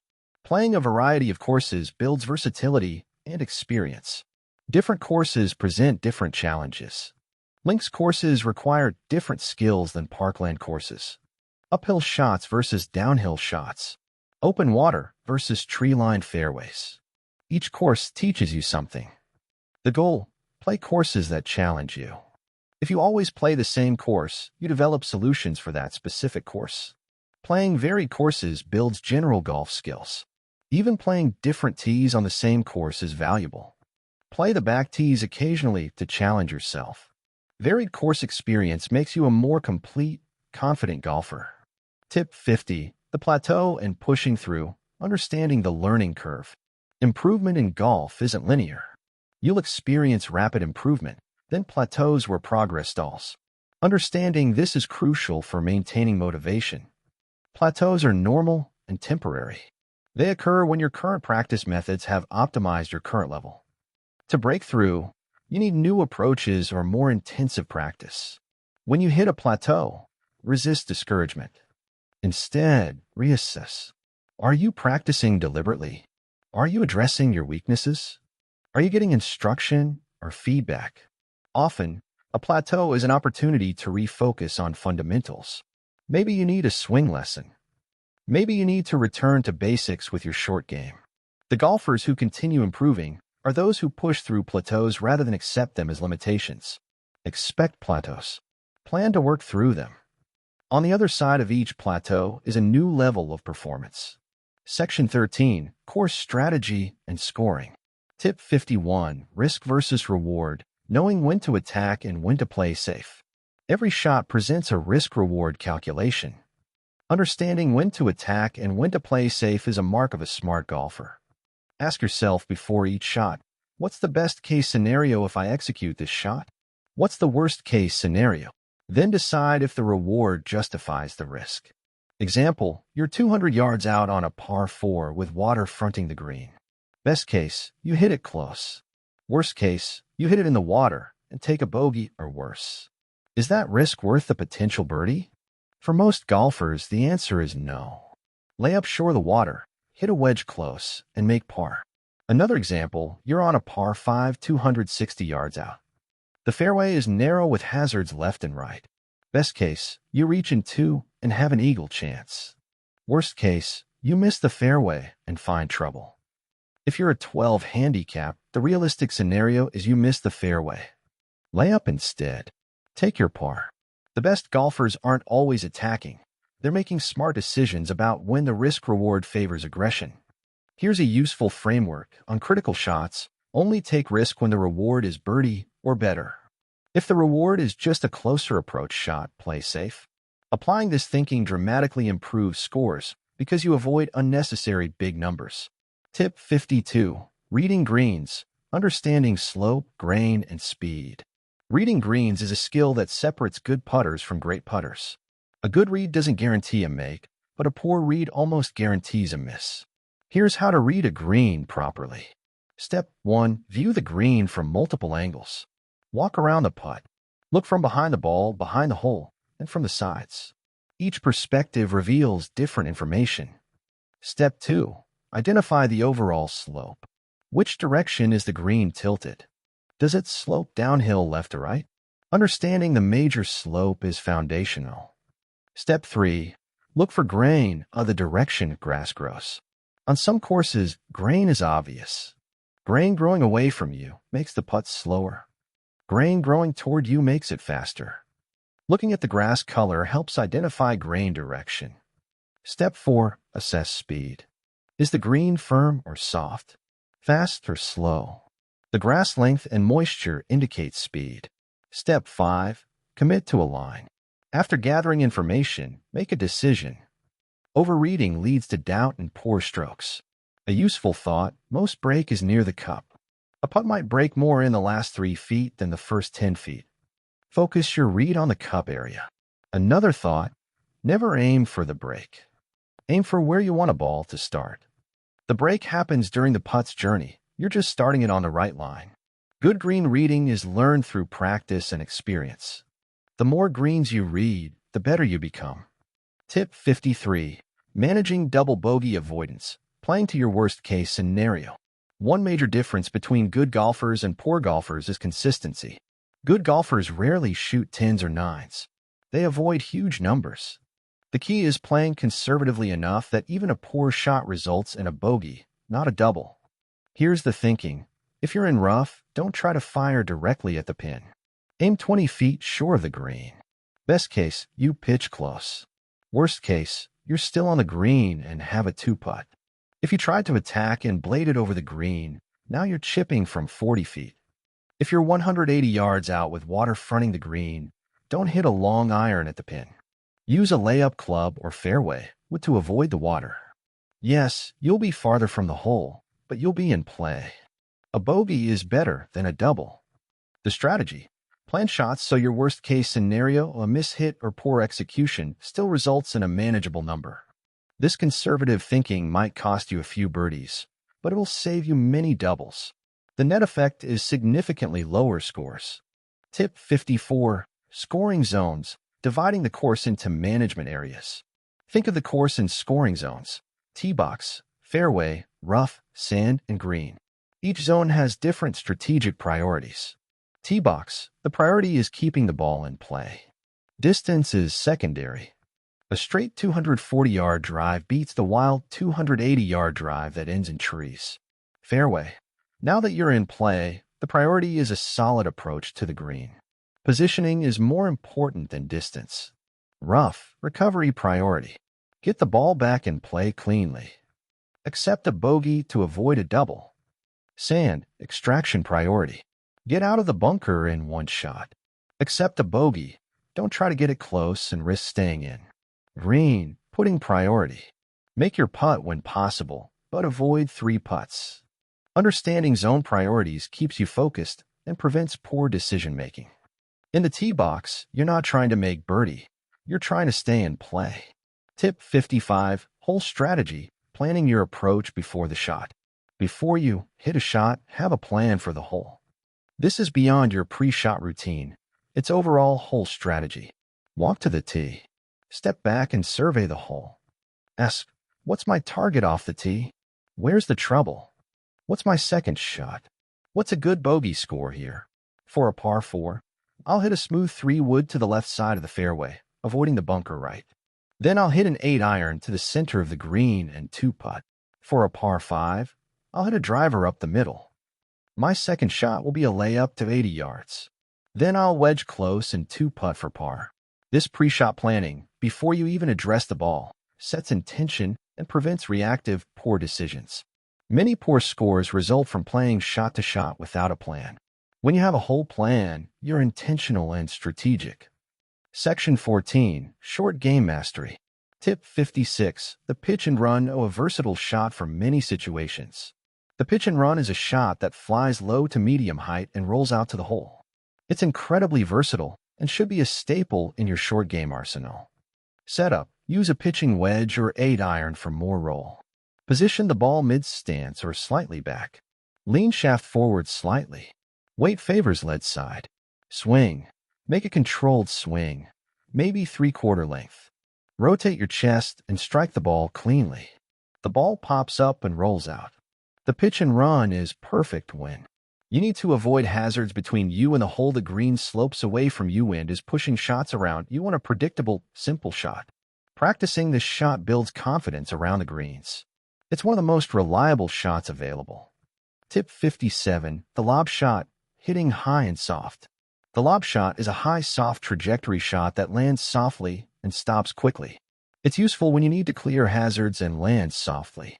Setup. Use a lob wedge, sand wedge, or gap wedge. Open your stance and open the club face.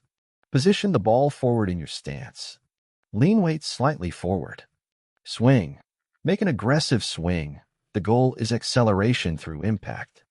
The open face and forward ball position combine with the aggressive swing to produce height and softness. The lob shot is challenging and requires practice.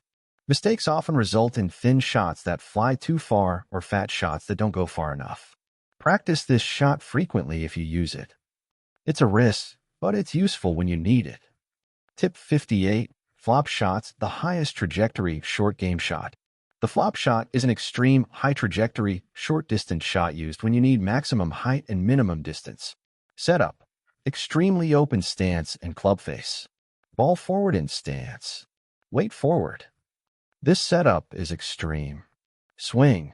Make an aggressive swing with a steep angle of attack. The combination of open face and steep swing produces height. Flop shots are high risk, high reward. They look great when they work. They look terrible when they don't. Most golfers shouldn't use flop shots often. They're better served by positioning themselves to avoid needing them. However, practicing flop shots occasionally builds short game creativity and confidence. You develop a shot for when you really need it.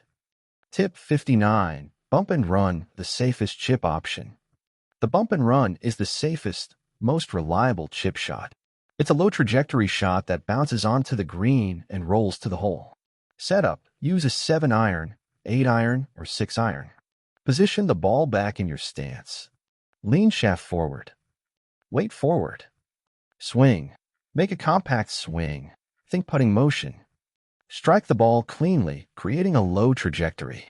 The bump and run is perfect when you have plenty of fairway to work with, the green slopes away, you want maximum predictability, or nervous about chipping.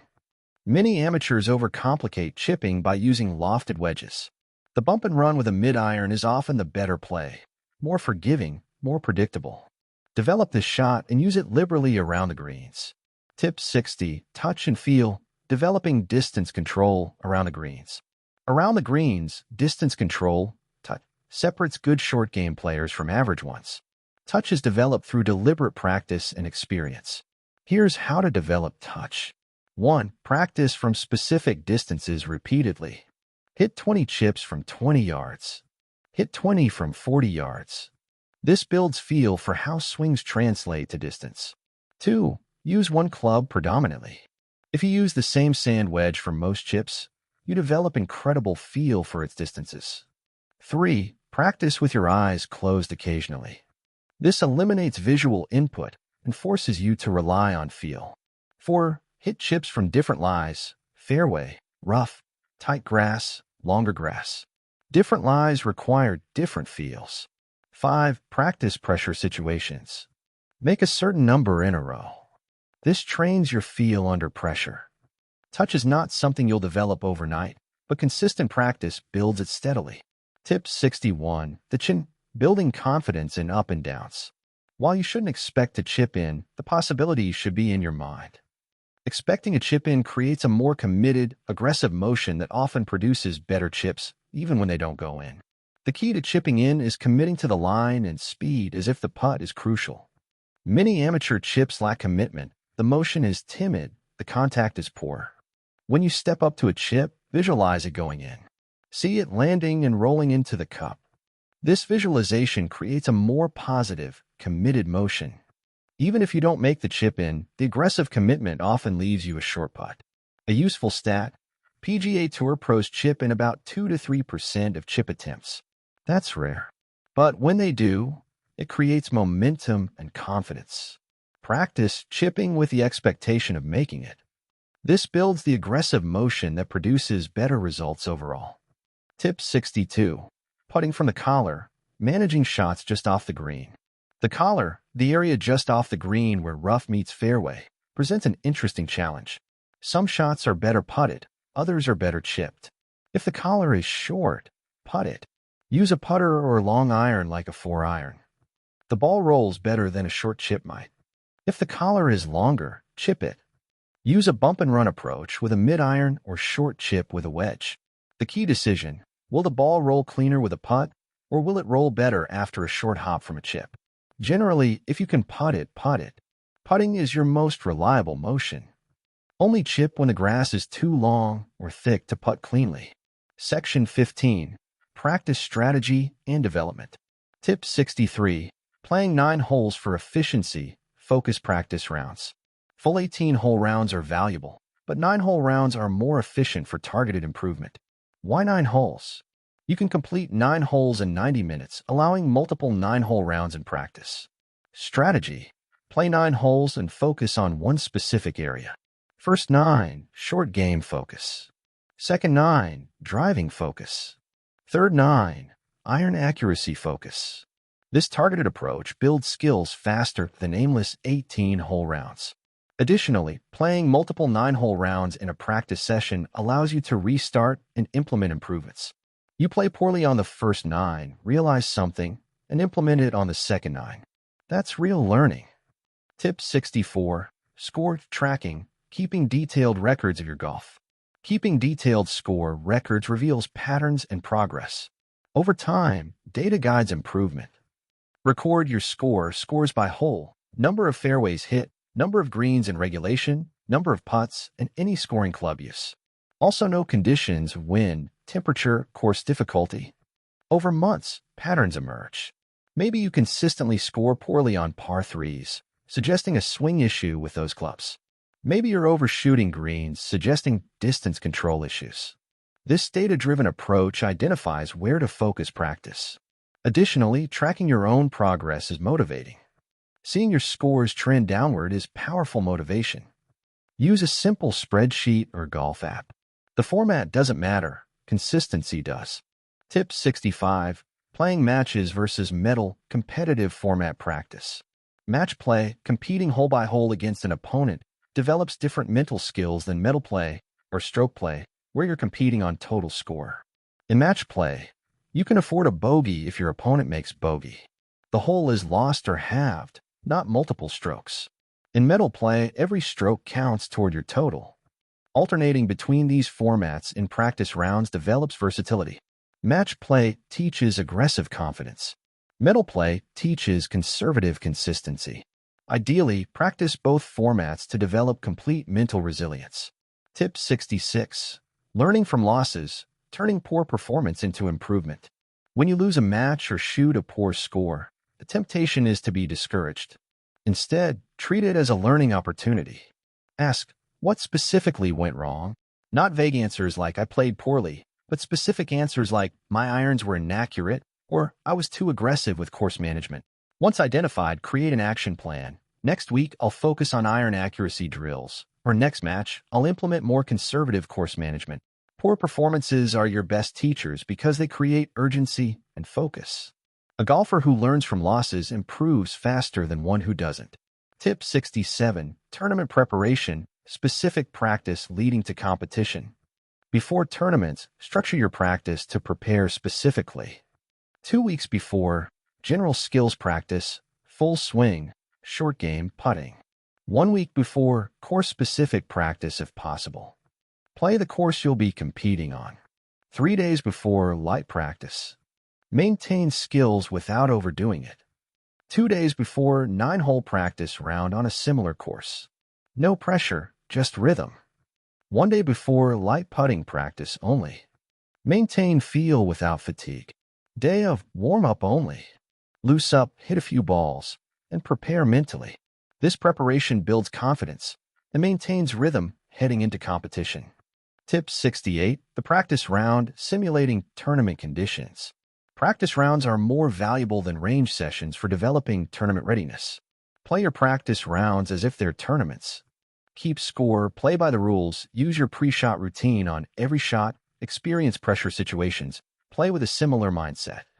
The more your practice rounds simulate actual tournaments, the better prepared you'll be. Additionally, play practice rounds on varied courses to build adaptability. Section 16. Athletic development and fitness. Tip 69. Flexibility and mobility, maintaining range of motion. Golf demands significant flexibility and mobility. A stiff golfer can't make a full turn or complete motion. Focus on flexibility in key areas. Shoulders and upper back, these drive return, hips and lower back. These support rotation, hamstrings. Tight hamstrings restrict lower body motion, calves and ankles. These support balance. Daily stretching, even 10 minutes, maintains flexibility. The older you get, the more critical stretching becomes. Additionally, mobility or the ability to move joints through their full range is important. Dynamic mobility exercises, movements through range, are better than static stretching, holding stretches before golf.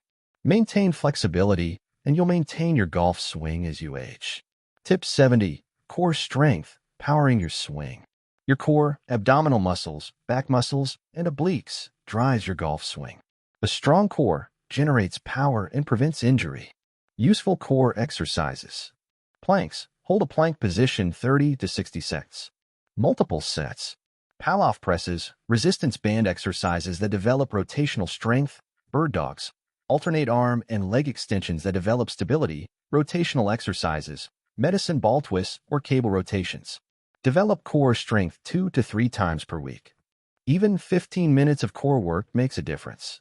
Tip 71. Lower body power, driving through the ball. Your lower body generates power in the golf swing. Strong legs and glutes translate to increased distance and consistency. Useful lower body exercises. Squats, body weight or weighted, lunges, forward, lateral, and reverse, glute bridges. Activate and strengthen glutes, calf raises, develop calf strength. Develop lower body power 2 to 3 times per week. Tip 72. Rotational power, generating club head speed. Rotational power, the ability to rotate your torso quickly, generates club head speed. Useful rotational exercises. Medicine ball slams. Slam a medicine ball explosively. Landmine rotations. Rotate against resistance. Cable rotations. Controlled rotational movements. Resistance band rotations. Rotational movements with a band. Develop rotational power 2 to 3 times per week, focusing on explosive movement. Tip 73. Preventing injury, common golf injuries and prevention. Golf injuries are common if you're not careful. Prevention is simpler than treatment. Common golf injuries. Lower back strain from repetitive rotation and poor posture, golfer's elbow, tendon irritation on the medial elbow, shoulder impingement from repetitive overhead motion, wrist strains from grip pressure and repetitive motion. Prevention strategies. Warm up before playing, maintain flexibility, develop strength, use proper technique, don't over-practice when fatigued, take breaks when pain appears. If pain develops, address it immediately rather than playing through it. A day off is better than weeks off recovering from a serious injury. Tip 74. Nutrition for golf, fueling your body for performance. Golf is a 4-hour event requiring physical and mental energy. Proper nutrition supports performance. Before rounds. Eat a balanced meal 2 to 3 hours before. Include carbs for energy, protein for stability, stay hydrated. During rounds. Stay hydrated, drink water throughout, light snacks like fruit or granola bars for energy, avoid heavy foods that cause sluggishness. After rounds. Eat within 30 minutes to recover, include protein for muscle recovery, include carbs to replenish energy stores. Proper nutrition makes a measurable difference in energy, focus, and performance. Tip 75. Sleep and recovery. Rest is performance enhancement. Sleep is when your body recovers and consolidates learning. Proper sleep directly impacts golf performance. Golf improvement happens during practice and in sleep. Your brain processes information and consolidates skills during sleep. Recommendations. Aim for 7 to 9 hours per night. Maintain consistent sleep schedule. Avoid screens 1 hour before bed. Keep bedroom cool and dark. Avoid caffeine in afternoon. Additionally, after intense practice or tournament rounds, prioritize recovery. Light activity, stretching, and sleep are your best recovery tools. Many amateur golfers underestimate the importance of sleep. Prioritizing sleep has as much impact on golf improvement as practice itself. Section 17. Advanced Psychological Mastery. Tip 76. Positive self-talk. Rewiring your internal dialogue. Your internal dialogue, what you tell yourself, directly impacts performance. Negative self-talk creates tension and poor execution. Positive self-talk creates confidence and smooth motion. Most golfers have a running negative commentary during rounds. Don't hit it in the water. Don't slice this. I always miss these putts. This constant negative messaging creates tension and actually increases the likelihood of poor shots. Here's how to rewire your self-talk. First, become aware of your negative self-talk. During practice rounds, notice what you're saying to yourself. Most golfers are shocked at how negative their internal commentary is. Second, replace negative thoughts with positive, action-oriented thoughts. Instead of "don't hit it in the water," think "start this at the right edge of the bunker." Instead of "I always miss these," think "I've made this many times before." Third, use present tense, action-oriented language. Your brain responds better to "I'm hitting this fairway" than "I won't hit it in the rough." The second statement actually emphasizes rough. Fourth, practice this constantly. Positive self-talk doesn't come naturally to most people. It's a developed skill. Rehearse positive self-talk during practice rounds until it becomes automatic. The impact of this shift is remarkable. When your internal dialogue is positive and present tense, your body responds by being more relaxed, focused, and capable. You'll notice improved consistency within weeks of consistently using positive self-talk. Tip 77. Acceptance and surrender. Letting go of outcome control. Many golfers struggle because they're attached to outcomes. They hit a shot and immediately worry about the result before it even lands. This attachment creates tension and poor decisions. Learning to accept outcomes, to surrender to what you can't control, paradoxically improves outcomes. Here's the philosophy. Control your pre-shot routine, your target, your swing commitment. You don't control wind, bounces, or results. Many golfers waste mental energy trying to control what they can't. The practice. After you commit to a shot and begin your swing, let it go. Don't try to steer it or add to it mid-swing. Make your committed swing and accept whatever happens. Before putts, commit to your read and stroke, then let it go. Don't try to steer the putt into the cup mid-stroke. This surrender doesn't mean you don't care about results. It means you focus on process which you control, rather than outcomes which you don't. Golfers who master this surrender typically shoot lower scores because they're not making compensations or doubting themselves mid-motion. They commit and execute with confidence. Tip 78. Dealing with perfectionism. Accepting imperfection in golf. Golf attracts perfectionistic people. The nature of golf, constant feedback through scores and results, appeals to detail-oriented people. However, perfectionism can be a liability. Here's the reality. No one plays perfect golf. Tiger Woods, the greatest player ever, hits fairways 60% of the time. That's not perfect. It's excellent, but imperfect. Perfectionism creates several problems. First, it creates excessive tension. If you demand perfection, you're tense on every shot, which hurts performance. Second, it creates harsh self-judgment. When you miss the standard you've set, you judge yourself harshly, which creates negative emotions that hurt subsequent shots. Third, it creates unrealistic expectations. When you expect perfection and don't achieve it, you feel failure constantly. The antidote: reframe perfectionism as excellence with acceptance of imperfection. Strive for excellent execution. Commit fully to every shot. Practice deliberately. Refine your technique. But accept that imperfect results are normal and inevitable. Even excellent execution sometimes produces poor results due to variables you don't control. This mindset allows you to pursue excellence without the tension and judgment that undermine performance. Tip 79. Tournament anxiety. Channeling nervousness into energy. Tournament anxiety is normal. Even professional golfers feel it. The difference is they've learned to channel it productively rather than let it paralyze them. Anxiety is your nervous system responding to perceived threat. Your heart rate increases, your breathing becomes shallow, your muscles tense. This can hurt performance if you fight it, but if you channel it, it can enhance performance. Here's how to channel anxiety. First, recognize the physical symptoms. My heart is racing. My palms are sweaty. I'm nervous. Simply naming these symptoms reduces their power. Second, reframe the symptoms as energy. That racing heart is your body preparing you for optimal performance. That nervous energy is fuel. Third, use specific breathing techniques. Controlled breathing calms your nervous system. A simple technique: breathe in for a count of 4, hold for 4, exhale for 4. Do this 3 to 5 times before important shots. Your nervous system will calm while maintaining energy. Fourth, trust your preparation. If you've practiced and prepared well, you're ready. That confidence reduces anxiety. Fifth, focus on process, not outcome. Anxiety often stems from worrying about results.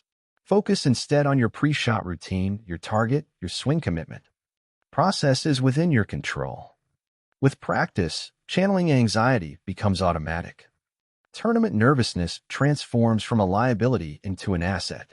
Tip 80. Momentum and confidence. Building winning streaks. Momentum and confidence are powerful.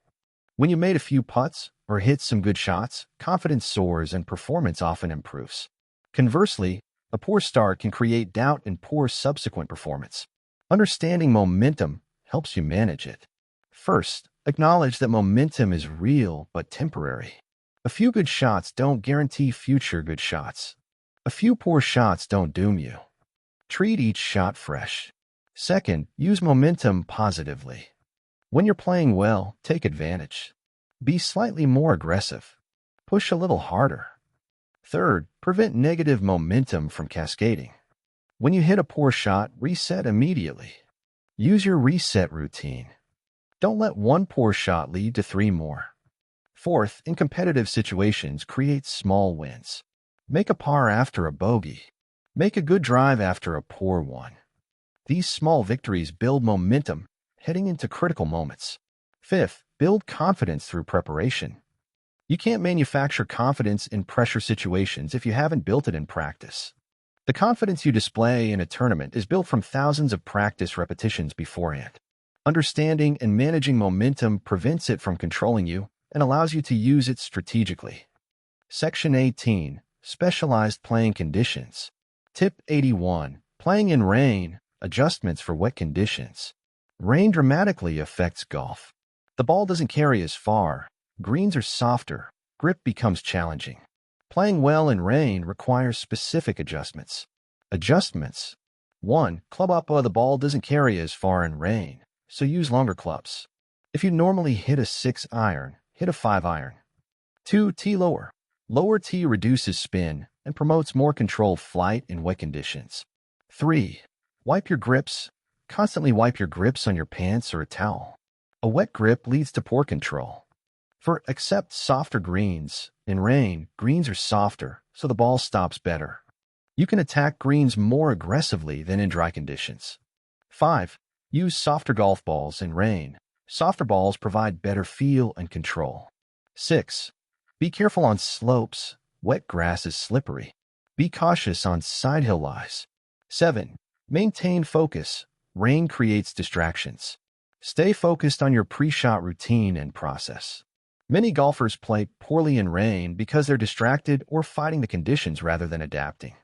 Golfers who accept rain and make these adjustments often play well despite conditions. Tip 82. Playing in extreme heat, managing energy and hydration. Extreme heat saps energy and affects performance. Playing well in heat requires specific management. Adjustments. 1. Hydration is critical. Drink water constantly. Dehydration reduces mental clarity, physical capability, and decision-making. 2. Eat light snacks. Fruit, granola bars, or nuts provide energy without feeling heavy. 3. Expect longer distance. The ball carries farther in heat. Club down accordingly. If you normally hit a 7-iron, hit an 8-iron. 4. Take breaks in shade. During between holes moment, stand in shade. This keeps your core temperature lower.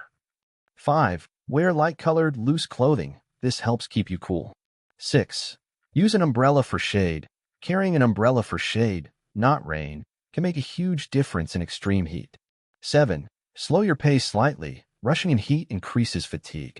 Take your time, stay cool. 8. Mental clarity. Heat reduces mental clarity. Simplify your thinking. Rely on your stock shot and pre-shot routine. Many amateur golfers underestimate heat's impact. When properly managed, heat is just a variable to adapt to, not something that must impair performance. Tip 83. Playing in cold weather, managing equipment and motion. Cold weather affects golf significantly. The ball doesn't carry as far, equipment feels different, and your body feels stiff. Playing well in cold requires specific adjustments. Adjustments. 1. Club up significantly. The ball carries 10 to 15 yards shorter in cold, so club up substantially. If you normally hit a 5-iron, hit a 4-iron or even 3-iron. 2. Stay warm or wear layers. You'll warm up during play, so layers allow you to remove clothing as needed. 3. Use thicker grips. Cold weather makes grips feel thin and slippery. Thicker grips are easier to control. 4. Loosen up thoroughly. Cold makes muscles tight. Spend extra time warming up. 5. Use softer golf balls. Cold hardens golf balls, reducing feel. Softer balls provide better feel. 6. Expect lower trajectory. The ball flies lower in cold, so aim for the upper part greens. 7. Keep your hands warm. Numb hands can't control the club. Keep hand warmers in your bag. 8. Mental focus. Cold makes it tempting to rush. Stay patient and focus on process. Cold weather golf requires more adjustments than heat golf, but it's perfectly playable with these accommodations. Tip 84. Playing links golf, understanding link-specific challenges. Links golf on courses without trees or with minimal trees, typically near coasts, present specific challenges and require specific strategies. Links characteristics. 1. Wind is constant and significant. Links courses are typically windy. Learn to manage wind, see tip 33. 2. Firm, fast greens. Links greens are typically firm and fast. The ball runs significantly. Lag putting becomes critically important. 3. Run-up shots on links. Hitting through the green and running the ball up is often preferable to trying to land on the green. Embrace run-up shots. 4. Rough is thick. Links rough is typically quite thick. Keep the ball in the fairway religiously. 5. Bunkers are deep. Links bunkers are often deep and challenging. Avoid them at all costs. 6. Creative shot making is rewarded. Links golf rewards creative thinking. Bump and run shots, punch shots, and imaginative approaches are valuable. 7. Weather varies quickly. Links courses often experience rapid weather changes. Be adaptable. Links golf is a different game than parkland golf. Learning links-specific strategies helps you adapt when you encounter links courses. Tip 85. Altitude effects. Understanding how elevation changes ball flight. Altitude significantly affects golf. At higher elevations, the ball carries farther because there's less air resistance. Playing at altitude requires adjustment. Effects of altitude. 1. The ball carries 10 to 15% farther. At 5,000 feet elevation, the ball carries significantly farther. 2. Club selection changes. What's a 7-iron at sea level might be an 8-iron at 5,000 feet. 3. Trajectory is lower. The ball has a lower, more piercing trajectory at altitude. 4. Spin is reduced. At altitude, the ball has less spin, so it carries farther but doesn't stop as quickly.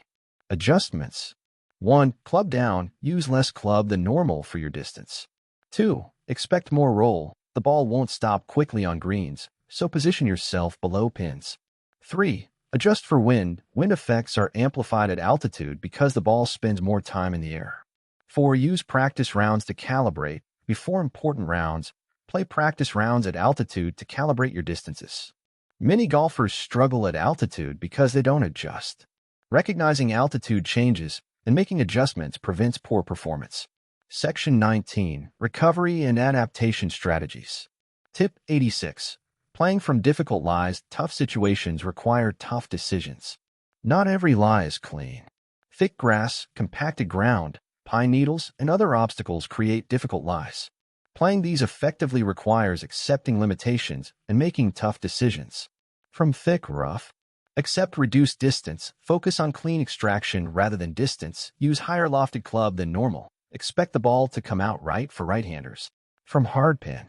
Use a straighter-faced club to reduce risk of a thin shot. Strike slightly more forward on the ball.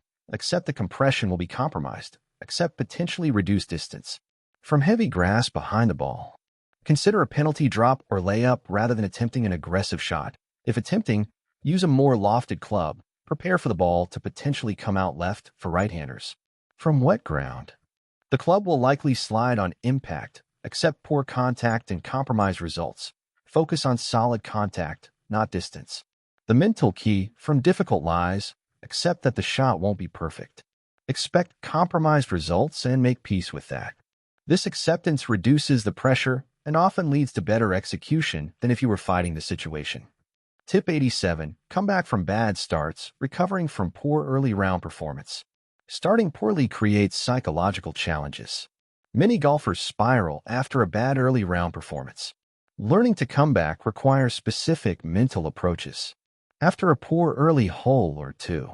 1. Reset immediately. Don't carry poor holes forward. After a double bogey on hole 1, mentally let hole 1 go. Don't start hole 2 thinking about hole 1.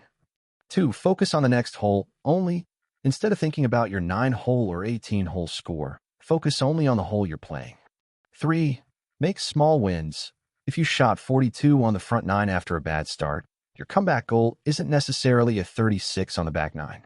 Your immediate goal is 3 pars in a row or making the next putt. Small wins build momentum. 4. Avoid aggressive overcompensation. Many golfers respond to poor starts by swinging harder or taking more risk. This usually makes things worse. Maintain your normal approach. 5. View it as a learning experience. What caused the poor start?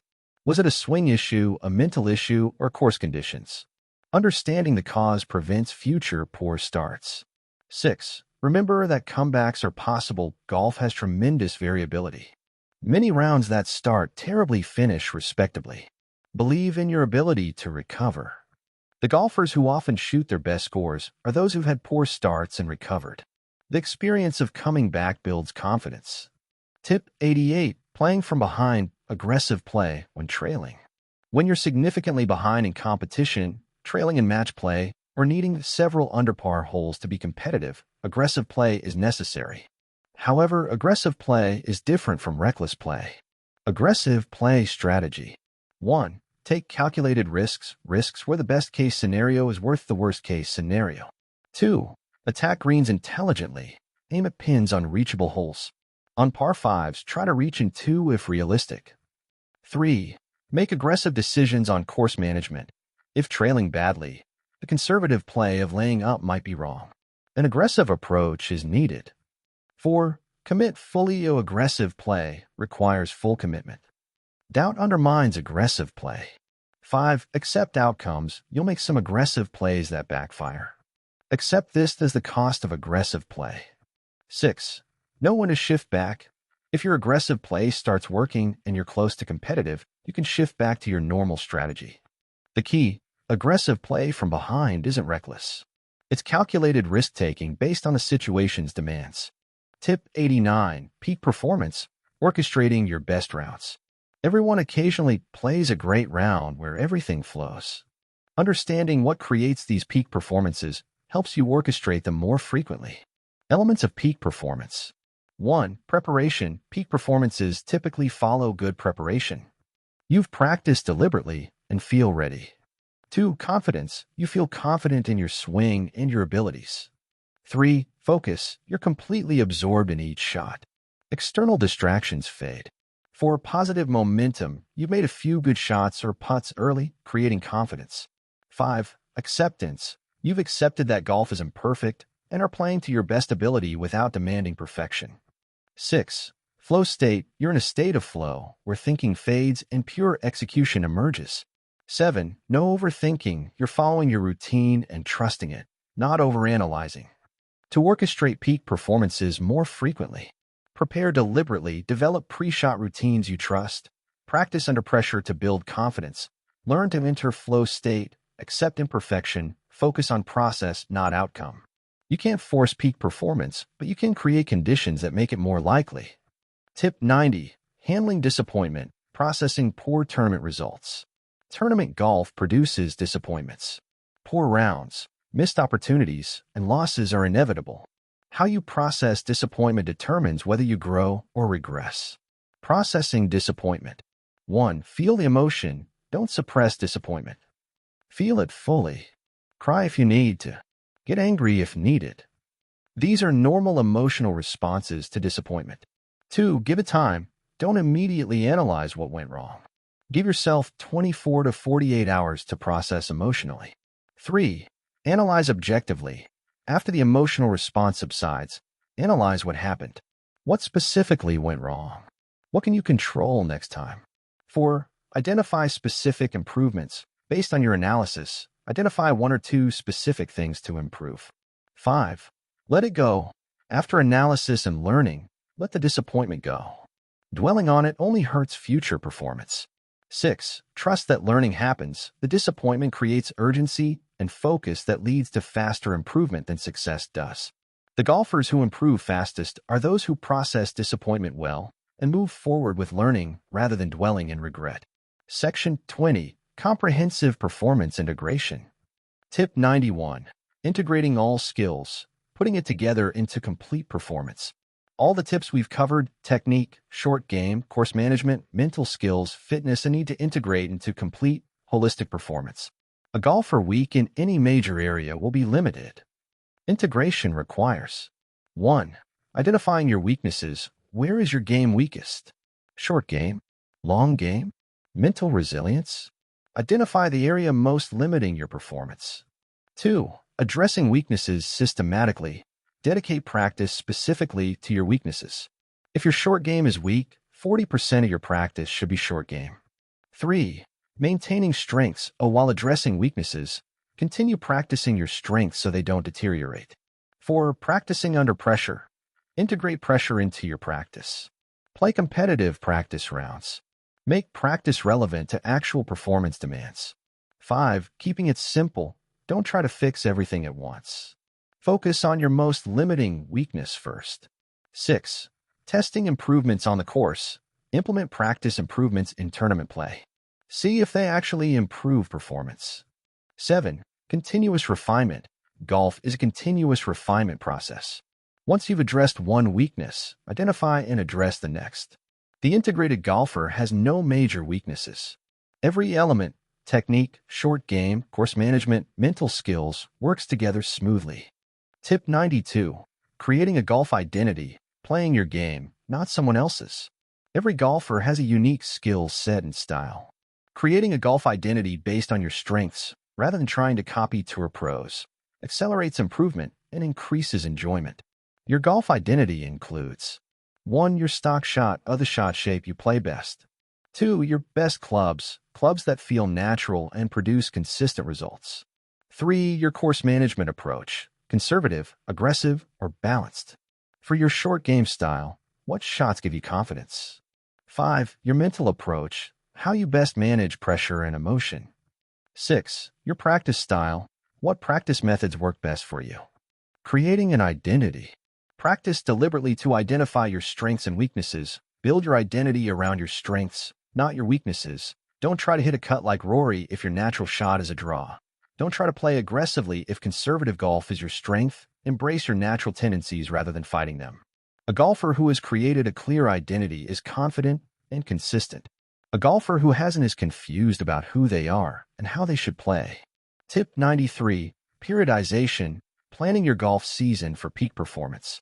Rather than practicing randomly throughout the year, periodization, planning your season with specific phases, optimizes preparation for your most important tournaments. A typical periodization. Off-season phase, months 1 to 2. Focus on technique and fundamentals, heavy fitness work, long-term development of skills. Pre-competition phase, months 3 to 4. Integrate multiple skills together, play practice rounds, maintain fitness. Competition phase, months 5 to 12. Light practice between tournaments, focus on consistency, not development, maintain peak fitness. This structure ensures you're working on the right things at the right times. You're not trying to develop new techniques during your most important tournament. You're executing well-practiced techniques. Tip 94. Longevity in golf. Playing well at all ages. Golf is a game you can play your entire life. However, playing well as you age requires adjustments and maintenance. Age-related adjustments. In your 40s to 50s. Increase flexibility work significantly. Maintain core and lower body strength. Accept slightly reduced distance. Focus on accuracy. Emphasize short game where experience matters more than athleticism. In your 60s plus. Flexibility work becomes critical. Short game becomes increasingly important. Course management becomes more important than power. Stay active with golf, not just range work. Have regular checkups with golf instructors to maintain technique. The reality, most golfers could improve into their 50s and 60s through consistent practice, even if distance decreases. The short game, course management, and mental skills often improve with age, offsetting physical decline. Tip 95. Training your specific weaknesses. Targeted development protocols. Rather than general practice, targeting your specific weaknesses with specific protocols accelerates improvement. Example, if your weakness is driving accuracy. Protocol. Narrow your focus to driving only. Spend 30 minutes hitting drivers 4 times per week. Set specific targets and track accuracy. Change one technical element per week and assess impact. Record video to identify patterns. Play practice rounds emphasizing driving consistency. Track driving accuracy over weeks. This targeted protocol, sustained for 4 to 8 weeks, typically produces significant improvement in that specific area. The key, be specific about your weakness. Create a specific protocol to address it. Execute the protocol consistently and assess results. Tip 96. Competition readiness. Mental preparation for tournaments. Competition readiness goes beyond physical preparation. Mental preparation is equally critical. Competition readiness requires 1. Visualization. Regularly visualize successful tournament performance. See yourself executing well, managing pressure, making crucial putts. 2. Pressure practice. Regularly practice under pressure. Make pressure part of your practice, not a shock in tournaments. 3. Mental routines. Develop pre-round, between shot and post-shot routines that create consistency and calm. For confidence building, remind yourself of past successes. Think about times you've performed well under pressure. 5. Outcome acceptance. Accept that not every tournament will result in victory. Focus on playing your best, not on winning. 6. Specific preparation. If possible, play the tournament course beforehand. Familiarize yourself with conditions you'll face. 7. Sleep and nutrition. Proper sleep and nutrition the nights before and days of tournaments are non-negotiable. Mentally prepared golfers perform significantly better than unprepared golfers with equal technique. Tip 97. Dealing with success. Maintaining performance after good results. Success creates its own challenges.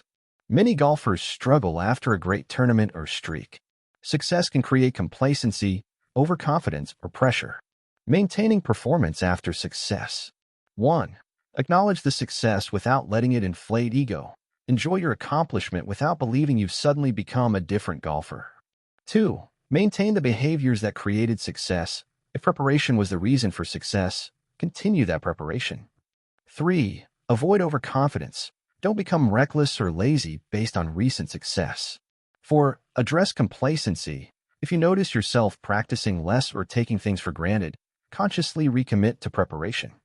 5. Use success as motivation for continuous improvement. Rather than resting on success, use it as motivation to improve further. 6. Understand regression. After peak performances, slight regression is normal. Don't panic if you don't maintain peak performance every time. The golfers who sustain success are those who maintain humility and continue to prepare diligently despite previous accomplishments. Tip 98. Building a support system, coaches, peers, and community.